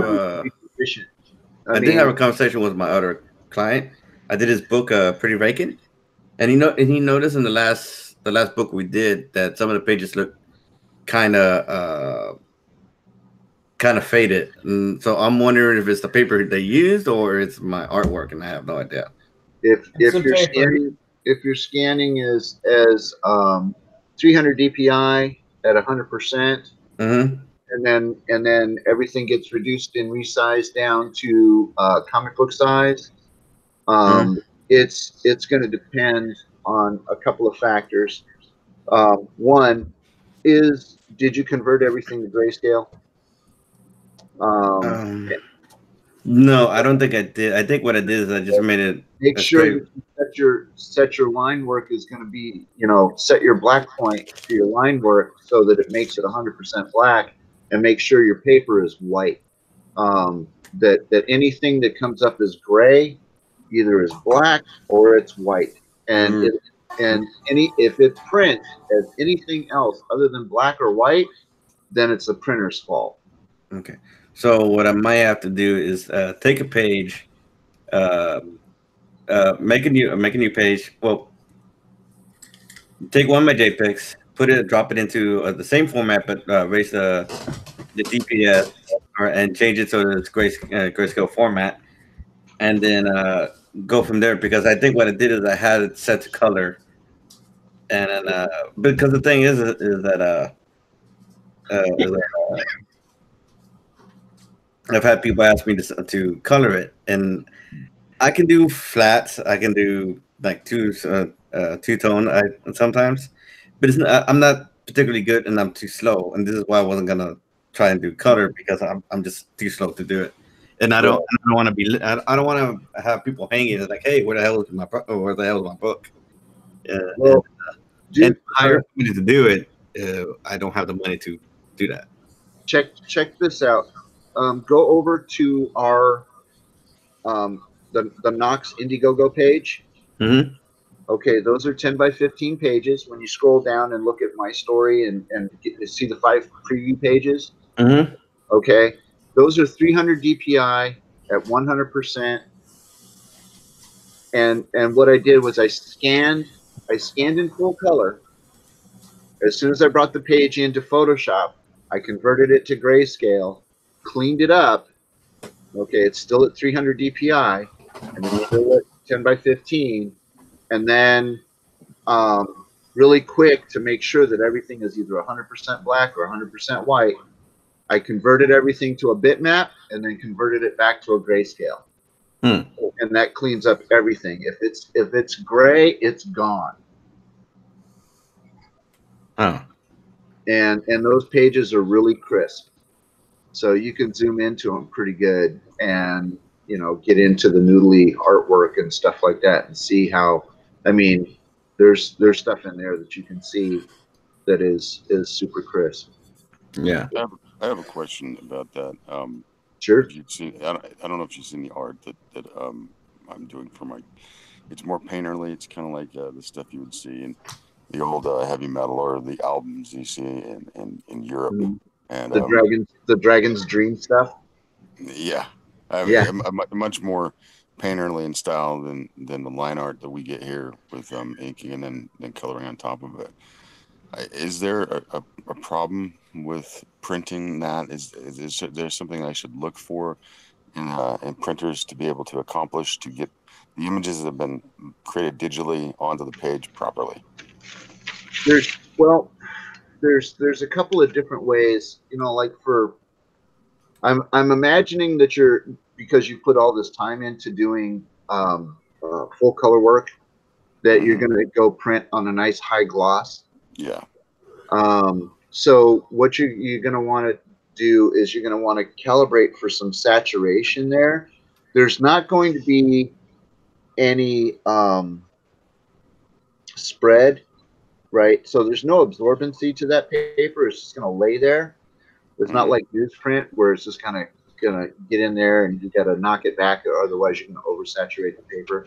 But you can do that with the slicker stock. To the point where you want to, because it holds color, so the color fidelity is just so amazing on this new paper stocks that they have, that they've been using for like the last 15-20 years. And pretty much you're going to want to find out how your book is printed. So you want to communicate with your printer to find out what is the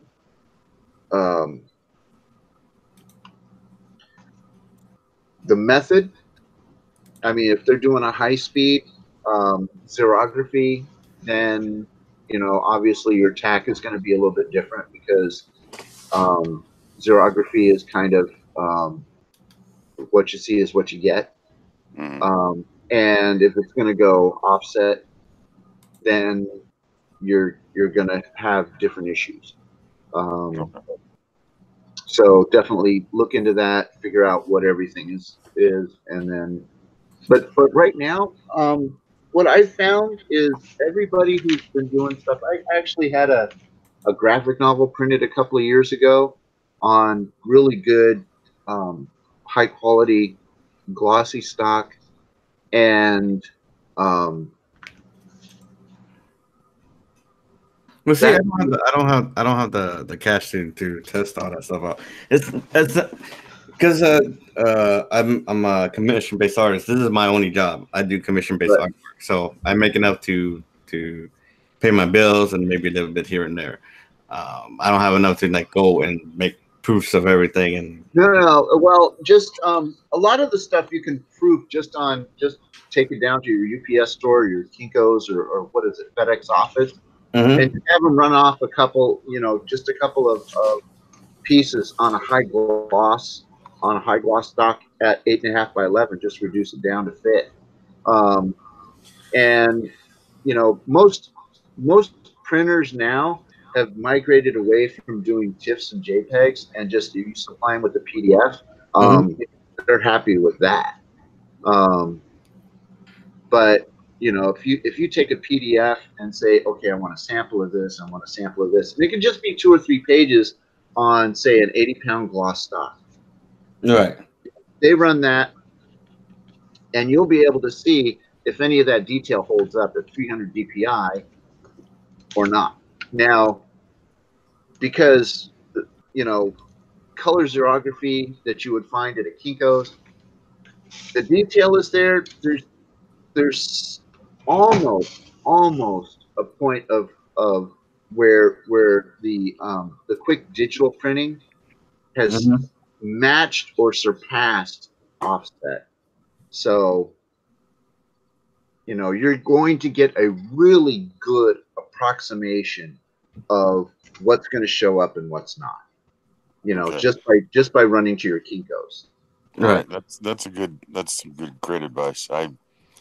There's some things I'm worried about because it's totally out of my purview, this end of the project, and I'm gonna have to do some research, and that helps me a lot to understand what I need to do, because I want the beauty of the art that's being produced by my artist to be reproduced faithfully onto the page. Right. And you know, you can look at it on screen and you're never going to get a really good fidelity on a screen, because every screen is calibrated differently by the user. The best way to do is get a hard copy of something, preferably from a service bureau like a Kinko's or a UPS store, and just 1 or 2 copies just to kind of get an idea, or 1 or 2 pages. Pick a page that's kind of got like some warm themes to it. Pick a page that's got a lot of stuff going on, you know, like some cooler blues and greens, and see if those pages, when they come out of the service bureau, and again, those are approximations because they're kind of what you see is what you get, and they're working on a different color system than offset. So you're going to get a variation, but what you will be able to tell in no uncertain terms is the level of detail that's available that your reader is actually going to experience. It'll be a color shift, and in some cases, if they don't care about their machines and they just kind of hammer stuff through, then you're going to see either oversaturation or desaturation, or maybe some color shifts, but nothing so drastic that you're not going to be able to get an approximation of detail. All right. Right. So you're just saying, just go out, do some good tests on some good paper, and then it should be all right. Another guy that is in kind of the indie sphere of this of our set, Jim Healis. He did Blue Mamba, and when I got his book, I was like, this is kind of how I want it to be. It looked really good. I mean, get in touch with him and find out who he had as his printer. Oh yeah, and he's local to me, so good. Yeah, he's up in Salt Lake. I'm down in Provo, so if you know the area in Utah, so we're fairly close. I've got a buddy over there. He's in what is that? Not Tootle. Tooele. Tooele, yeah. Yeah, it's spelled Thule. It looks ridiculous for how we pronounce it. So yeah, well, he's kind of in and out of the convention scene down there. He was trying to start up the SLC show, and a couple of guys took it over and ran with it, and they kind of turned it into a shit show. FanX, yeah, it's FanX now, and it's huge, but like it's not really it's kind of it's comics is mixed in, but it's mostly like for fan and get a bunch of celebrities showing up, and it's pop culture. Yeah, he was he's very vocal. He's he's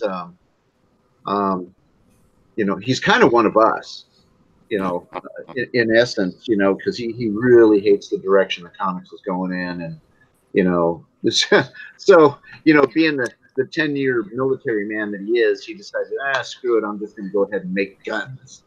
Well, that's good. That's a growth industry, as they say. So yeah. I mean, I'm actually interested in purchasing my first firearm. Just I kind of need the money. Yeah. Hey, I'm with you, brother. I'm interested in purchasing my 20th firearm. So there you go. I mean, that's why I've been spending my my services on the stream before this. Like I need work. Yeah. Well, hey Daniel, you can get a good deal at a pawn shop on a decent first gun. Yeah, they're not that expensive. Yeah, I mean, you can get a pretty good gun for a couple $100. I think because my brother was because I was talking to my brother about it. He's a U.S. Marine, so and he's a sharpshooter too. Like he's sharpshooter for like 5 years straight or something like. No, actually, quite a bit longer than that because he's been in the Corps for about 10 years.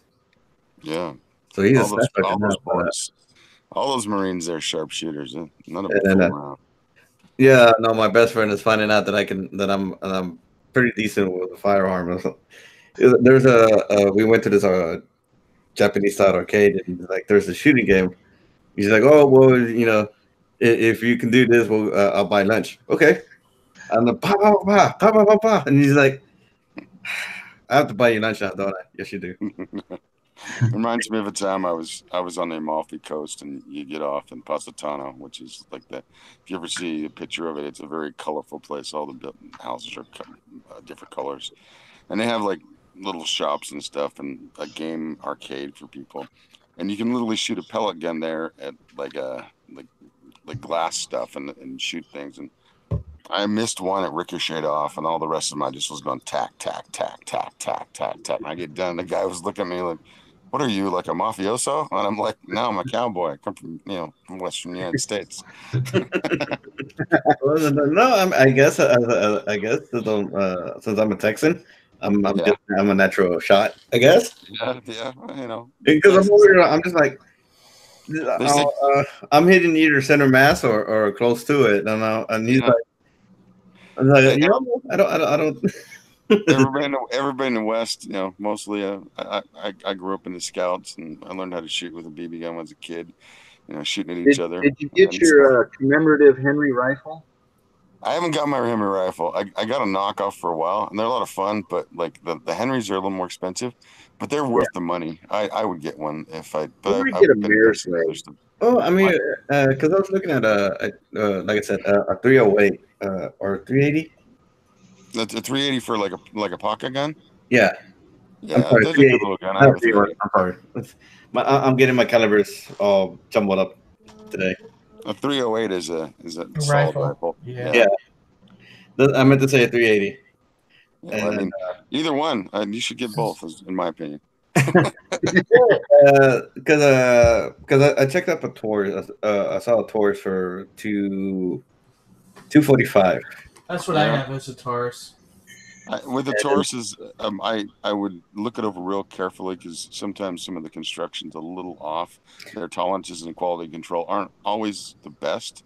Right. But if you find a good gun, they're serviceable. But just look them over real well before you purchase one. Yeah. Well, because the gun I was looking at, the gentleman was pointing out that it has some kind of extra feature where if it misfires once, you'll still be able to shoot it the second time, or something like that. Mm-hmm. I'm trying to understand what he meant, and then I was like, well, if it misfires, I don't want it. Well, I mean, if it misfires, it's usually due because there's some dirt or something. Yeah. There, and you just. But no, and then stupid me, I told my cousin, and my cousin's from Georgia, and then and he's like, no, don't get a Taurus. And like they're notoriously bad weapons, and it's like anything that can foul.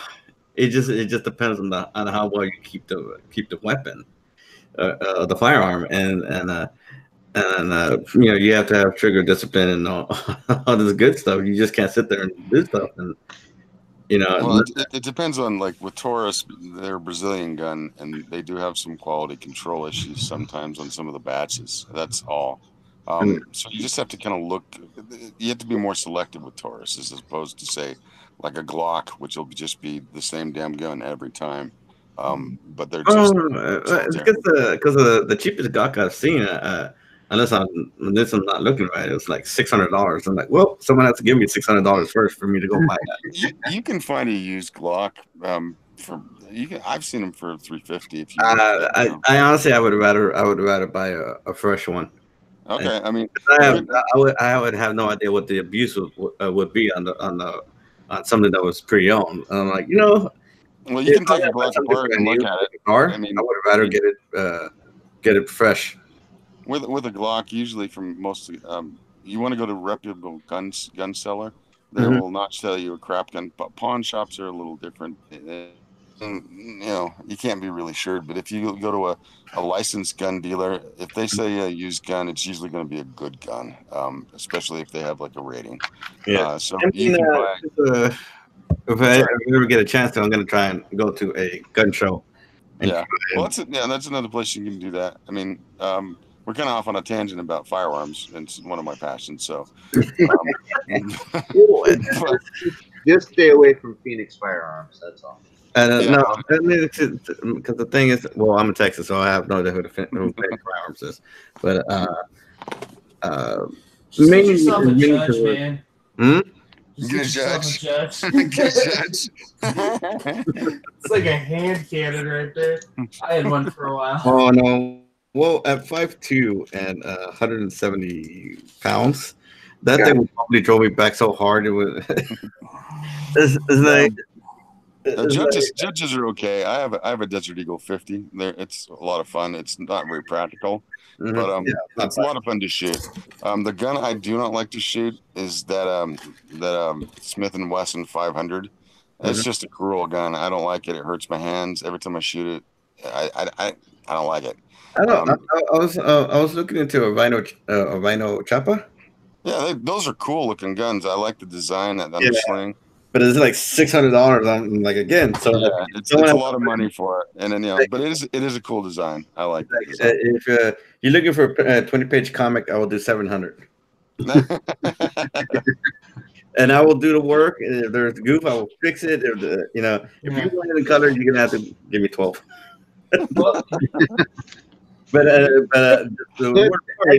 Actually, you bring up a very interesting point. Not to sidestep the gun issue is when you're out there hunting up work, make sure you're getting paid what you're worth.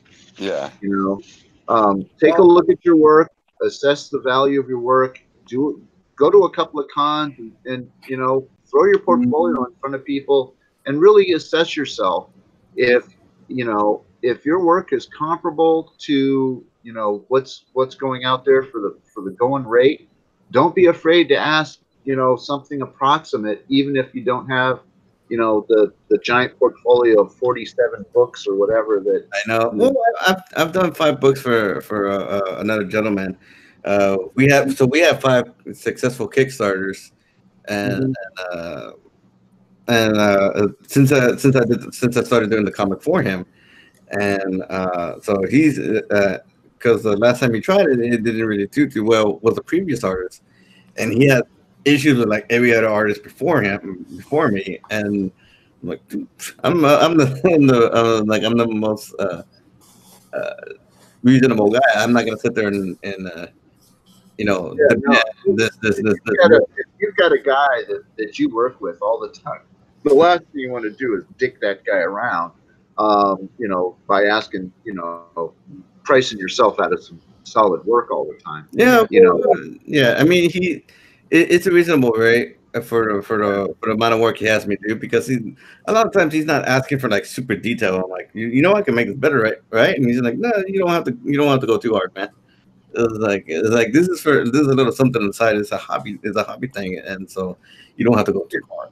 Yeah, but the other thing too is you want to always make sure that you're putting just for you to make sure that the best work that you're doing is always out in the universe. Right. Well, I mean, if you have a few minutes, I can show what I had from last time. Speaking of, we do. speaking of pricing yourself out of work or not getting your worth, I was talking to Mark Pellegrini, the guy who wrote Red Rooster for Mitch and wrote Black Ops, and I was like, he told me his Patriot, and I was like, really? And he's like, yeah, what's yours? I told him mine, and he's like, dude. I was like, I didn't know what to price myself at, and if he's getting that, I could probably price myself a little bit higher. Yeah, because I do 700 for 20 pages, and I was just like, and yes, I do in the back of my mind, like, I don't know if I'm pricing myself right or not. How much you're charging? How much? 700. 700 for 20 pages. Yeah. Oh gosh, that's a bit of a low ball, I think. That's a pretty low ball. You should probably be charging 90 per page. My artist, you should do 90. You're doing pencils and inks. Yeah. And you're only charging. That's way low ball. That's way too low. And then but those are the pages there, and I mean, you're giving people a really good deal. I'll say that right now. My artist, he's in Russia, and the exchange gives him quite a bit from what I give him. But even Montos, it was in Cuba, and his exchange was amazing. Yeah, they get a lot out of that, and even so, like, he's giving me a cut rate because we're partners. But I pay him more than that. You should really look into probably upping your rate a little bit. Well, so hold on. You said 700 for 20 pages? Mm-hmm.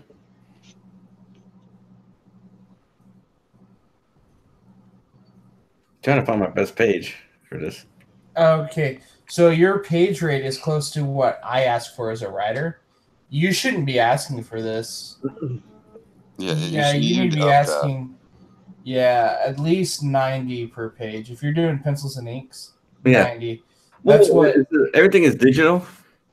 So I do all of this myself. That's good work. I'm looking at your page. Of course I did it all myself, but I did it all on this program. That's what dude. I'm looking at your artwork. It's good artwork. You need to up your price. I mean, I'm just being serious. That's good work right there. You need to up it. It's up to you, but I mean, that's worth more than what you're charging right now. Yeah. I mean, honestly. So, okay. Yeah. I'm just saying. Well, I mean, I wouldn't even know what to charge. I guess 1,200. Well, I mean, give them a solid page rate. Like, give them a solid page rate. You don't have to do it by a lot. Do it by the page. Do this. You're charging roughly, $35 a page for a 20-page book. So double it. Just go 70 and see, how that flies. Yeah. If you got to add a little bit of extra, do a little bit of this, do a little tweak it here, a little bit there. But if you feel like you're earning 35, now put yourself to task and say, well, I want 70. I'm going to earn 70 and push yourself a little bit more, and people will do it. I mean, if you stand by your work and here's the key. Mm-hmm. If people express a desire for the work that you're giving them now, okay, and they like the work, okay, and they have no idea what your rate is, and you say $70 a page, and you say it confidently, they're going to say, okay, that's reasonable. Is that pencils and inks? Yeah.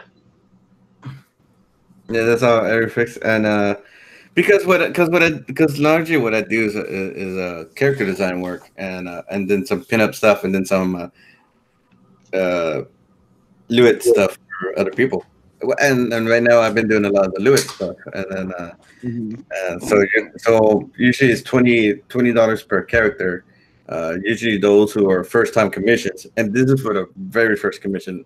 It will be 2 characters for 20. After that, you're back to the standard price. It's 40 for 2 characters colored, and then after that is 30 per character after everyone after.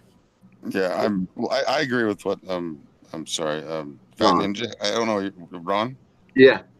Okay. Well, you can call me Fat said, Ninja. That's cool too. What? Now, just give me a real man, so I don't feel like I'm calling you Fat Ninja. But Ron, whatever what Ron said is true. I think that what I'm seeing on there is worth $70 a page. I really do, and maybe a little bit more if you add some more detail in. Don't undervalue your work. Add more detail to everything, because that's what Marlon was telling me. Is like if you just put in 3 more hours of love to it, and you're gonna dramatically improve the page quality. And how much time are you putting into a page? Let's see. For every page, let's see. I want to say 8 hours. 8 hours. Okay. 8 hours. 8 hours a page, but and usually that's so. Well, that's not counting sketching it out, because sketching it out. Okay. Yeah. Just every page. Not doing thumbnails or anything like that. No, there's not even a script for this. I literally everything's out of my head. Once you give me a script, I'll take that to heart and run through the pages. Let me pull up a page of a comic. The comic I've already done. Let's see. I mean, so is it 8 hours or 10 hours? 10 hours. So okay, 10 hours, and then you wanna gauge how much you want per hour, and then approximate per page what that would be. This is an old page, so you're gonna be so this is not actually reflective of my current work as far as characters go, but this was me figuring out how to use their perspective tool, and like, oh my god, the perspective tool, so freaking awesome.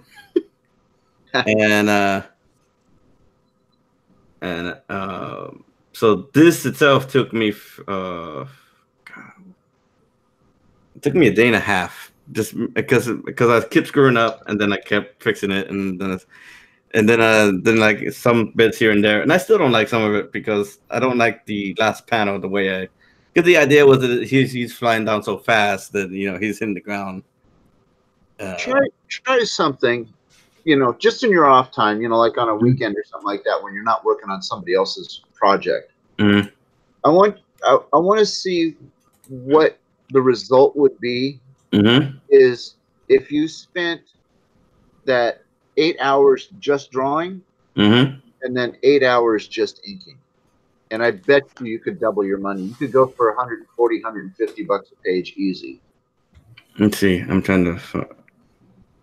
I'll try that, but let's see here. I did this page, and then and he loved the page, and yeah, it's a nice page. I'm trying to be different. It's good work. I mean, it's good work. And I was trying to, because I was also thinking about, because he likes to put word bubbles in every place. Yeah, he's going to need some room. Yeah. But the other thing is, I completely forgot about this damn phone, and I forgot to update the page. It's because normally I do a lot of fancy stuff, so I don't normally do stuff like that, and so it just got to the point where I keep forgetting about the damn thing. Like, damn it. Well, see, I mean, as you like, I think you are undervaluing yourself. I think we said that several times now. So, what I'm saying, like, that's a fun little page, right there. I mean, that's quality. And if you're doing the coloring too, you add that on top. That's my colors too. These are all my colors. All right, so I mean that would be another layer of cost, and then as you go, I mean, you examine it and you do hourly. You see how many hours you spend, and then you kind of ratio it out if you're doing a package, and then that's how you figure. Yeah. What? Oh, I also have to redo that logo. Well, so I mean, the logo too. And all this stuff can be figured out beforehand. If you did want to do like a full package for 20 pages, and he had the money up front. But if you didn't, you can do page by page by page, which I did for a while with my artists until we came to an agreement about how things would go. And then, I pay him just some money that I have, and then I say, whenever you need money, tell me and I'll give you some more. Because we have a working relationship and we've known each other a while. But that's how me and Ron are. Yeah. And once you get to the point where you're buddies and you kind of trust each other, and you know that you're gonna fuck each other because you've been paying each other, the money's been going back and forth, and you've been getting the product that you want. That can be, there's a trust there that can be, you can work it a little bit more malleable. Anyway, I really think as I'm looking at your work, and as Ron has said, and I probably as sorry, Andrew is in agreement. You need to up your rate a little bit. Yeah. And really get the value out of your work and your time, so that you can actually pay some bills and maybe sock some away. That's that's the idea of life. Provide some stability and some security, and have faith in that your work is worth it. You know what I mean? Yeah. And you're automatically offering, and I love this. You're offering to put more work in it at 35, but now for what you're doing right now, you're far beyond 35 a page. The cars are still somewhat of an issue for me, and I'm like because for me it's cars. I hate cars, but I freaking hate horses. And unfortunately, I know I'm going to run into it, because every time I say I hate something, somebody comes up with this thing like, "Hey, do you want to do like Spirit 3?" And not really. But if the money's right, I'll try. I'll try it. If you don't mind Spirit looking like a dog. When I came up with this particular page, I actually everything these characters are supposed to be in a round circle, but I sit here and I just kind of mess with the page. So the panel, this is supposed to be a panel right here, and this is not a panel right here, and obviously. So the way I traced it was traced this was the line tool here was to make it look like it's a panel but not a panel, and so that was me experimenting, and he liked it, and so I'm like, okay, cool.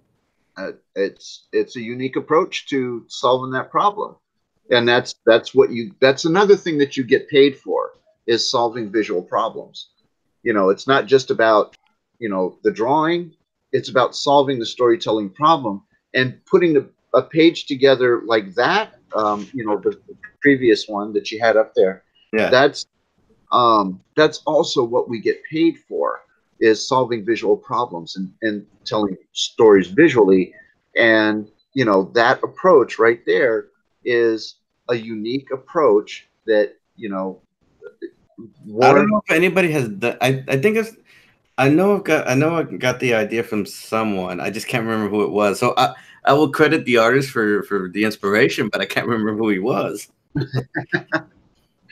I'm like, because I like the idea, and they're like, oh, that actually looks awesome. Maybe if I can try and do something in my way, and I just can't remember who I got the inspiration from. I'm like, damn it, and because the idea, and then I did this was another panel, because the idea of this was the way this comic goes is that what mad scientists do to make extra money, and essentially the idea was that this company would take famous people or semi-famous people, they would freeze them or put them in stasis, and then they would use them to make mannequins in different poses and so on and so forth, and they would sell this realistic mannequins to the stores, and say like, hey, I have this store of this so-and-so person. And so I had to sit here and kind of move with that idea. So one of the founders of IndieCron, Pixels Traders in the chat, he says hi. He's What's up, man? Which sounds like a good idea. So let's everyone go around and pitch the book. Daniel, start with you. All right, hang on. Let me bring it back up. Oh shoot, there it goes. So my project is Shadow Crown Tales of the Seven. It's gonna be relaunching in February because I don't think I'm gonna make it in 11 days to make $5,000.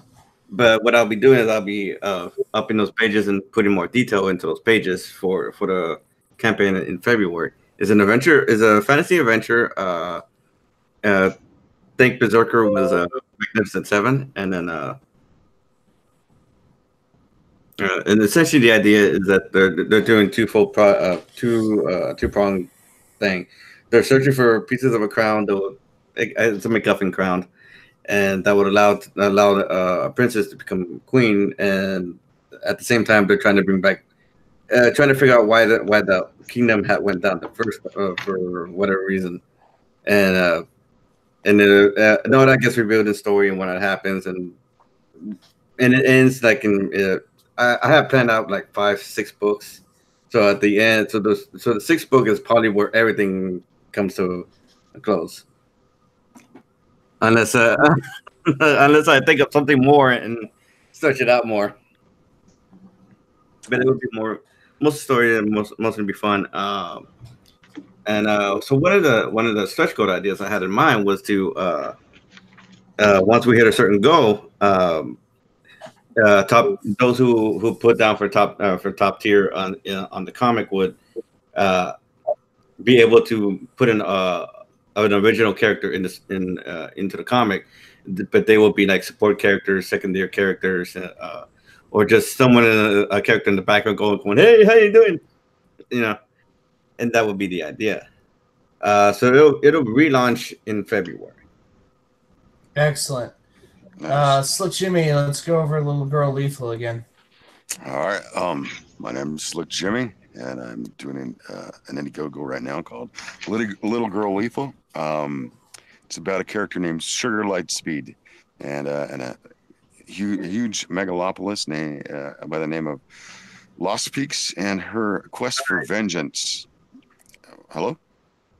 Somebody said something. Oh, sorry. I heard somebody say something. Oh, I'm sorry. I was looking at Pixel Traders thing. My apologies. All right. That's all right. I apologize.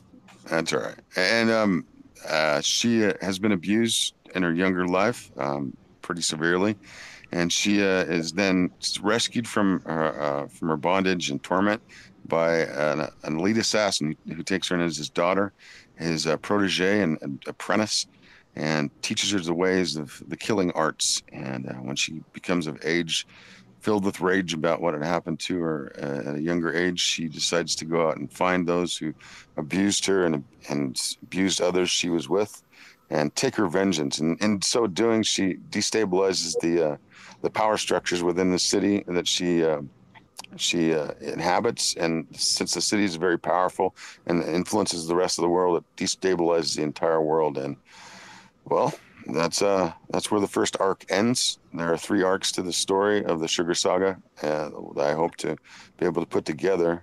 You would be getting the first episode, which is a standalone story that introduces Sugar and her father and kind of her quest, and then we would proceed from there. So if you wanna go to Indiegogo and check it out and put some money down, I'd really appreciate it. We're right now we're at about 8,700, 8,750 or so, somewhere like that, and we're looking to get to 10,000 for our initial goal. And we have a bunch of stretch goals after that. Some cool things. I'm not going to lay them down right now because I've already done the big old spiel. So if you want to look me up, I'm Slick Jimmy Love on Twitter and Slick Jimmy Speaks on YouTube. And I appreciate your time. Thank you. All right. Link in the description below for Little Girl Lethal. All right. Chris, you're up. Who is Chris? Is that Const? Right. I'm Yeah, sorry. it's okay, man. It's okay. My name is Kostas or Konstantinos, and I am the creator, writer, and illustrator of the upcoming series Steel Cat Metal Team, science fiction superhero thriller from Rising Sun Comics, an indie publisher in Los Angeles. It's going to be 12 issues. And the first issue is going to come out in 5 days, I think, November 14th. I think, Andrew, I sent you a link yesterday. People can see on that link arted info about the title. It's gonna come out. I'm gonna post about the link too. I made also a trailer about the comic yesterday on KP Art, my YouTube channel, if the people want to check it out.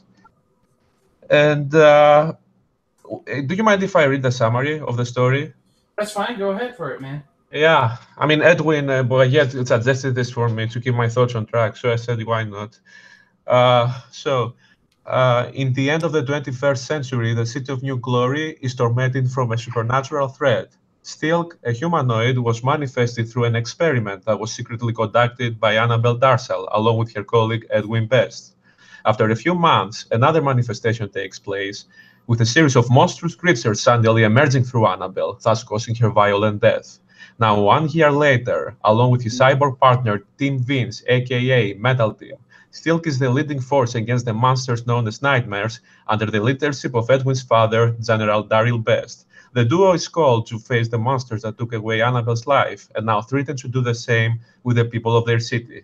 At the same time, they both discover the range of their abilities, how to support each other's personal problems, and stay united as they discover the deeper reasons behind their confluence, new allies, unexpected foes, and the possibility of Stilk becoming the primary threat. So that's Excellent. it. Thank you. Great. All right. I guess, Ron, go ahead and pitch our book, The Knox. All right. Well, The Knox is about a group of Vietnam veterans. Well, it's about four guys who were in Vietnam. They were friends, and they get out of the Vietnam conflict not exactly unscathed, yet they still perpetuate their friendship, and we join them again 10 years after they were discharged from the Army, and one of them is actually a wacky schemer, and his wacky scheme is pretty much to compensate them for the hard-done life that they feel. They served their country, but they didn't really become successful. They're not really participating in the American dream per se. So they decide, oh yeah, we're going to rob Fort Knox. And, you know, there's plotting and scheming and lots of little key points, and some wonderful characters that are going to abound throughout the story, and it's going to be great. And lots of deception and intrigue and kind of humor, kind of a dark humor that kind of trends throughout the whole thing. And then, of course, you try to rob Fort Knox and nothing goes well for you. Well, thank you so much, everybody. Links down in the descriptions below. Thank you for tuning in, and have a good night. Thank you. Good night, everybody. Thanks Good for night. hanging out.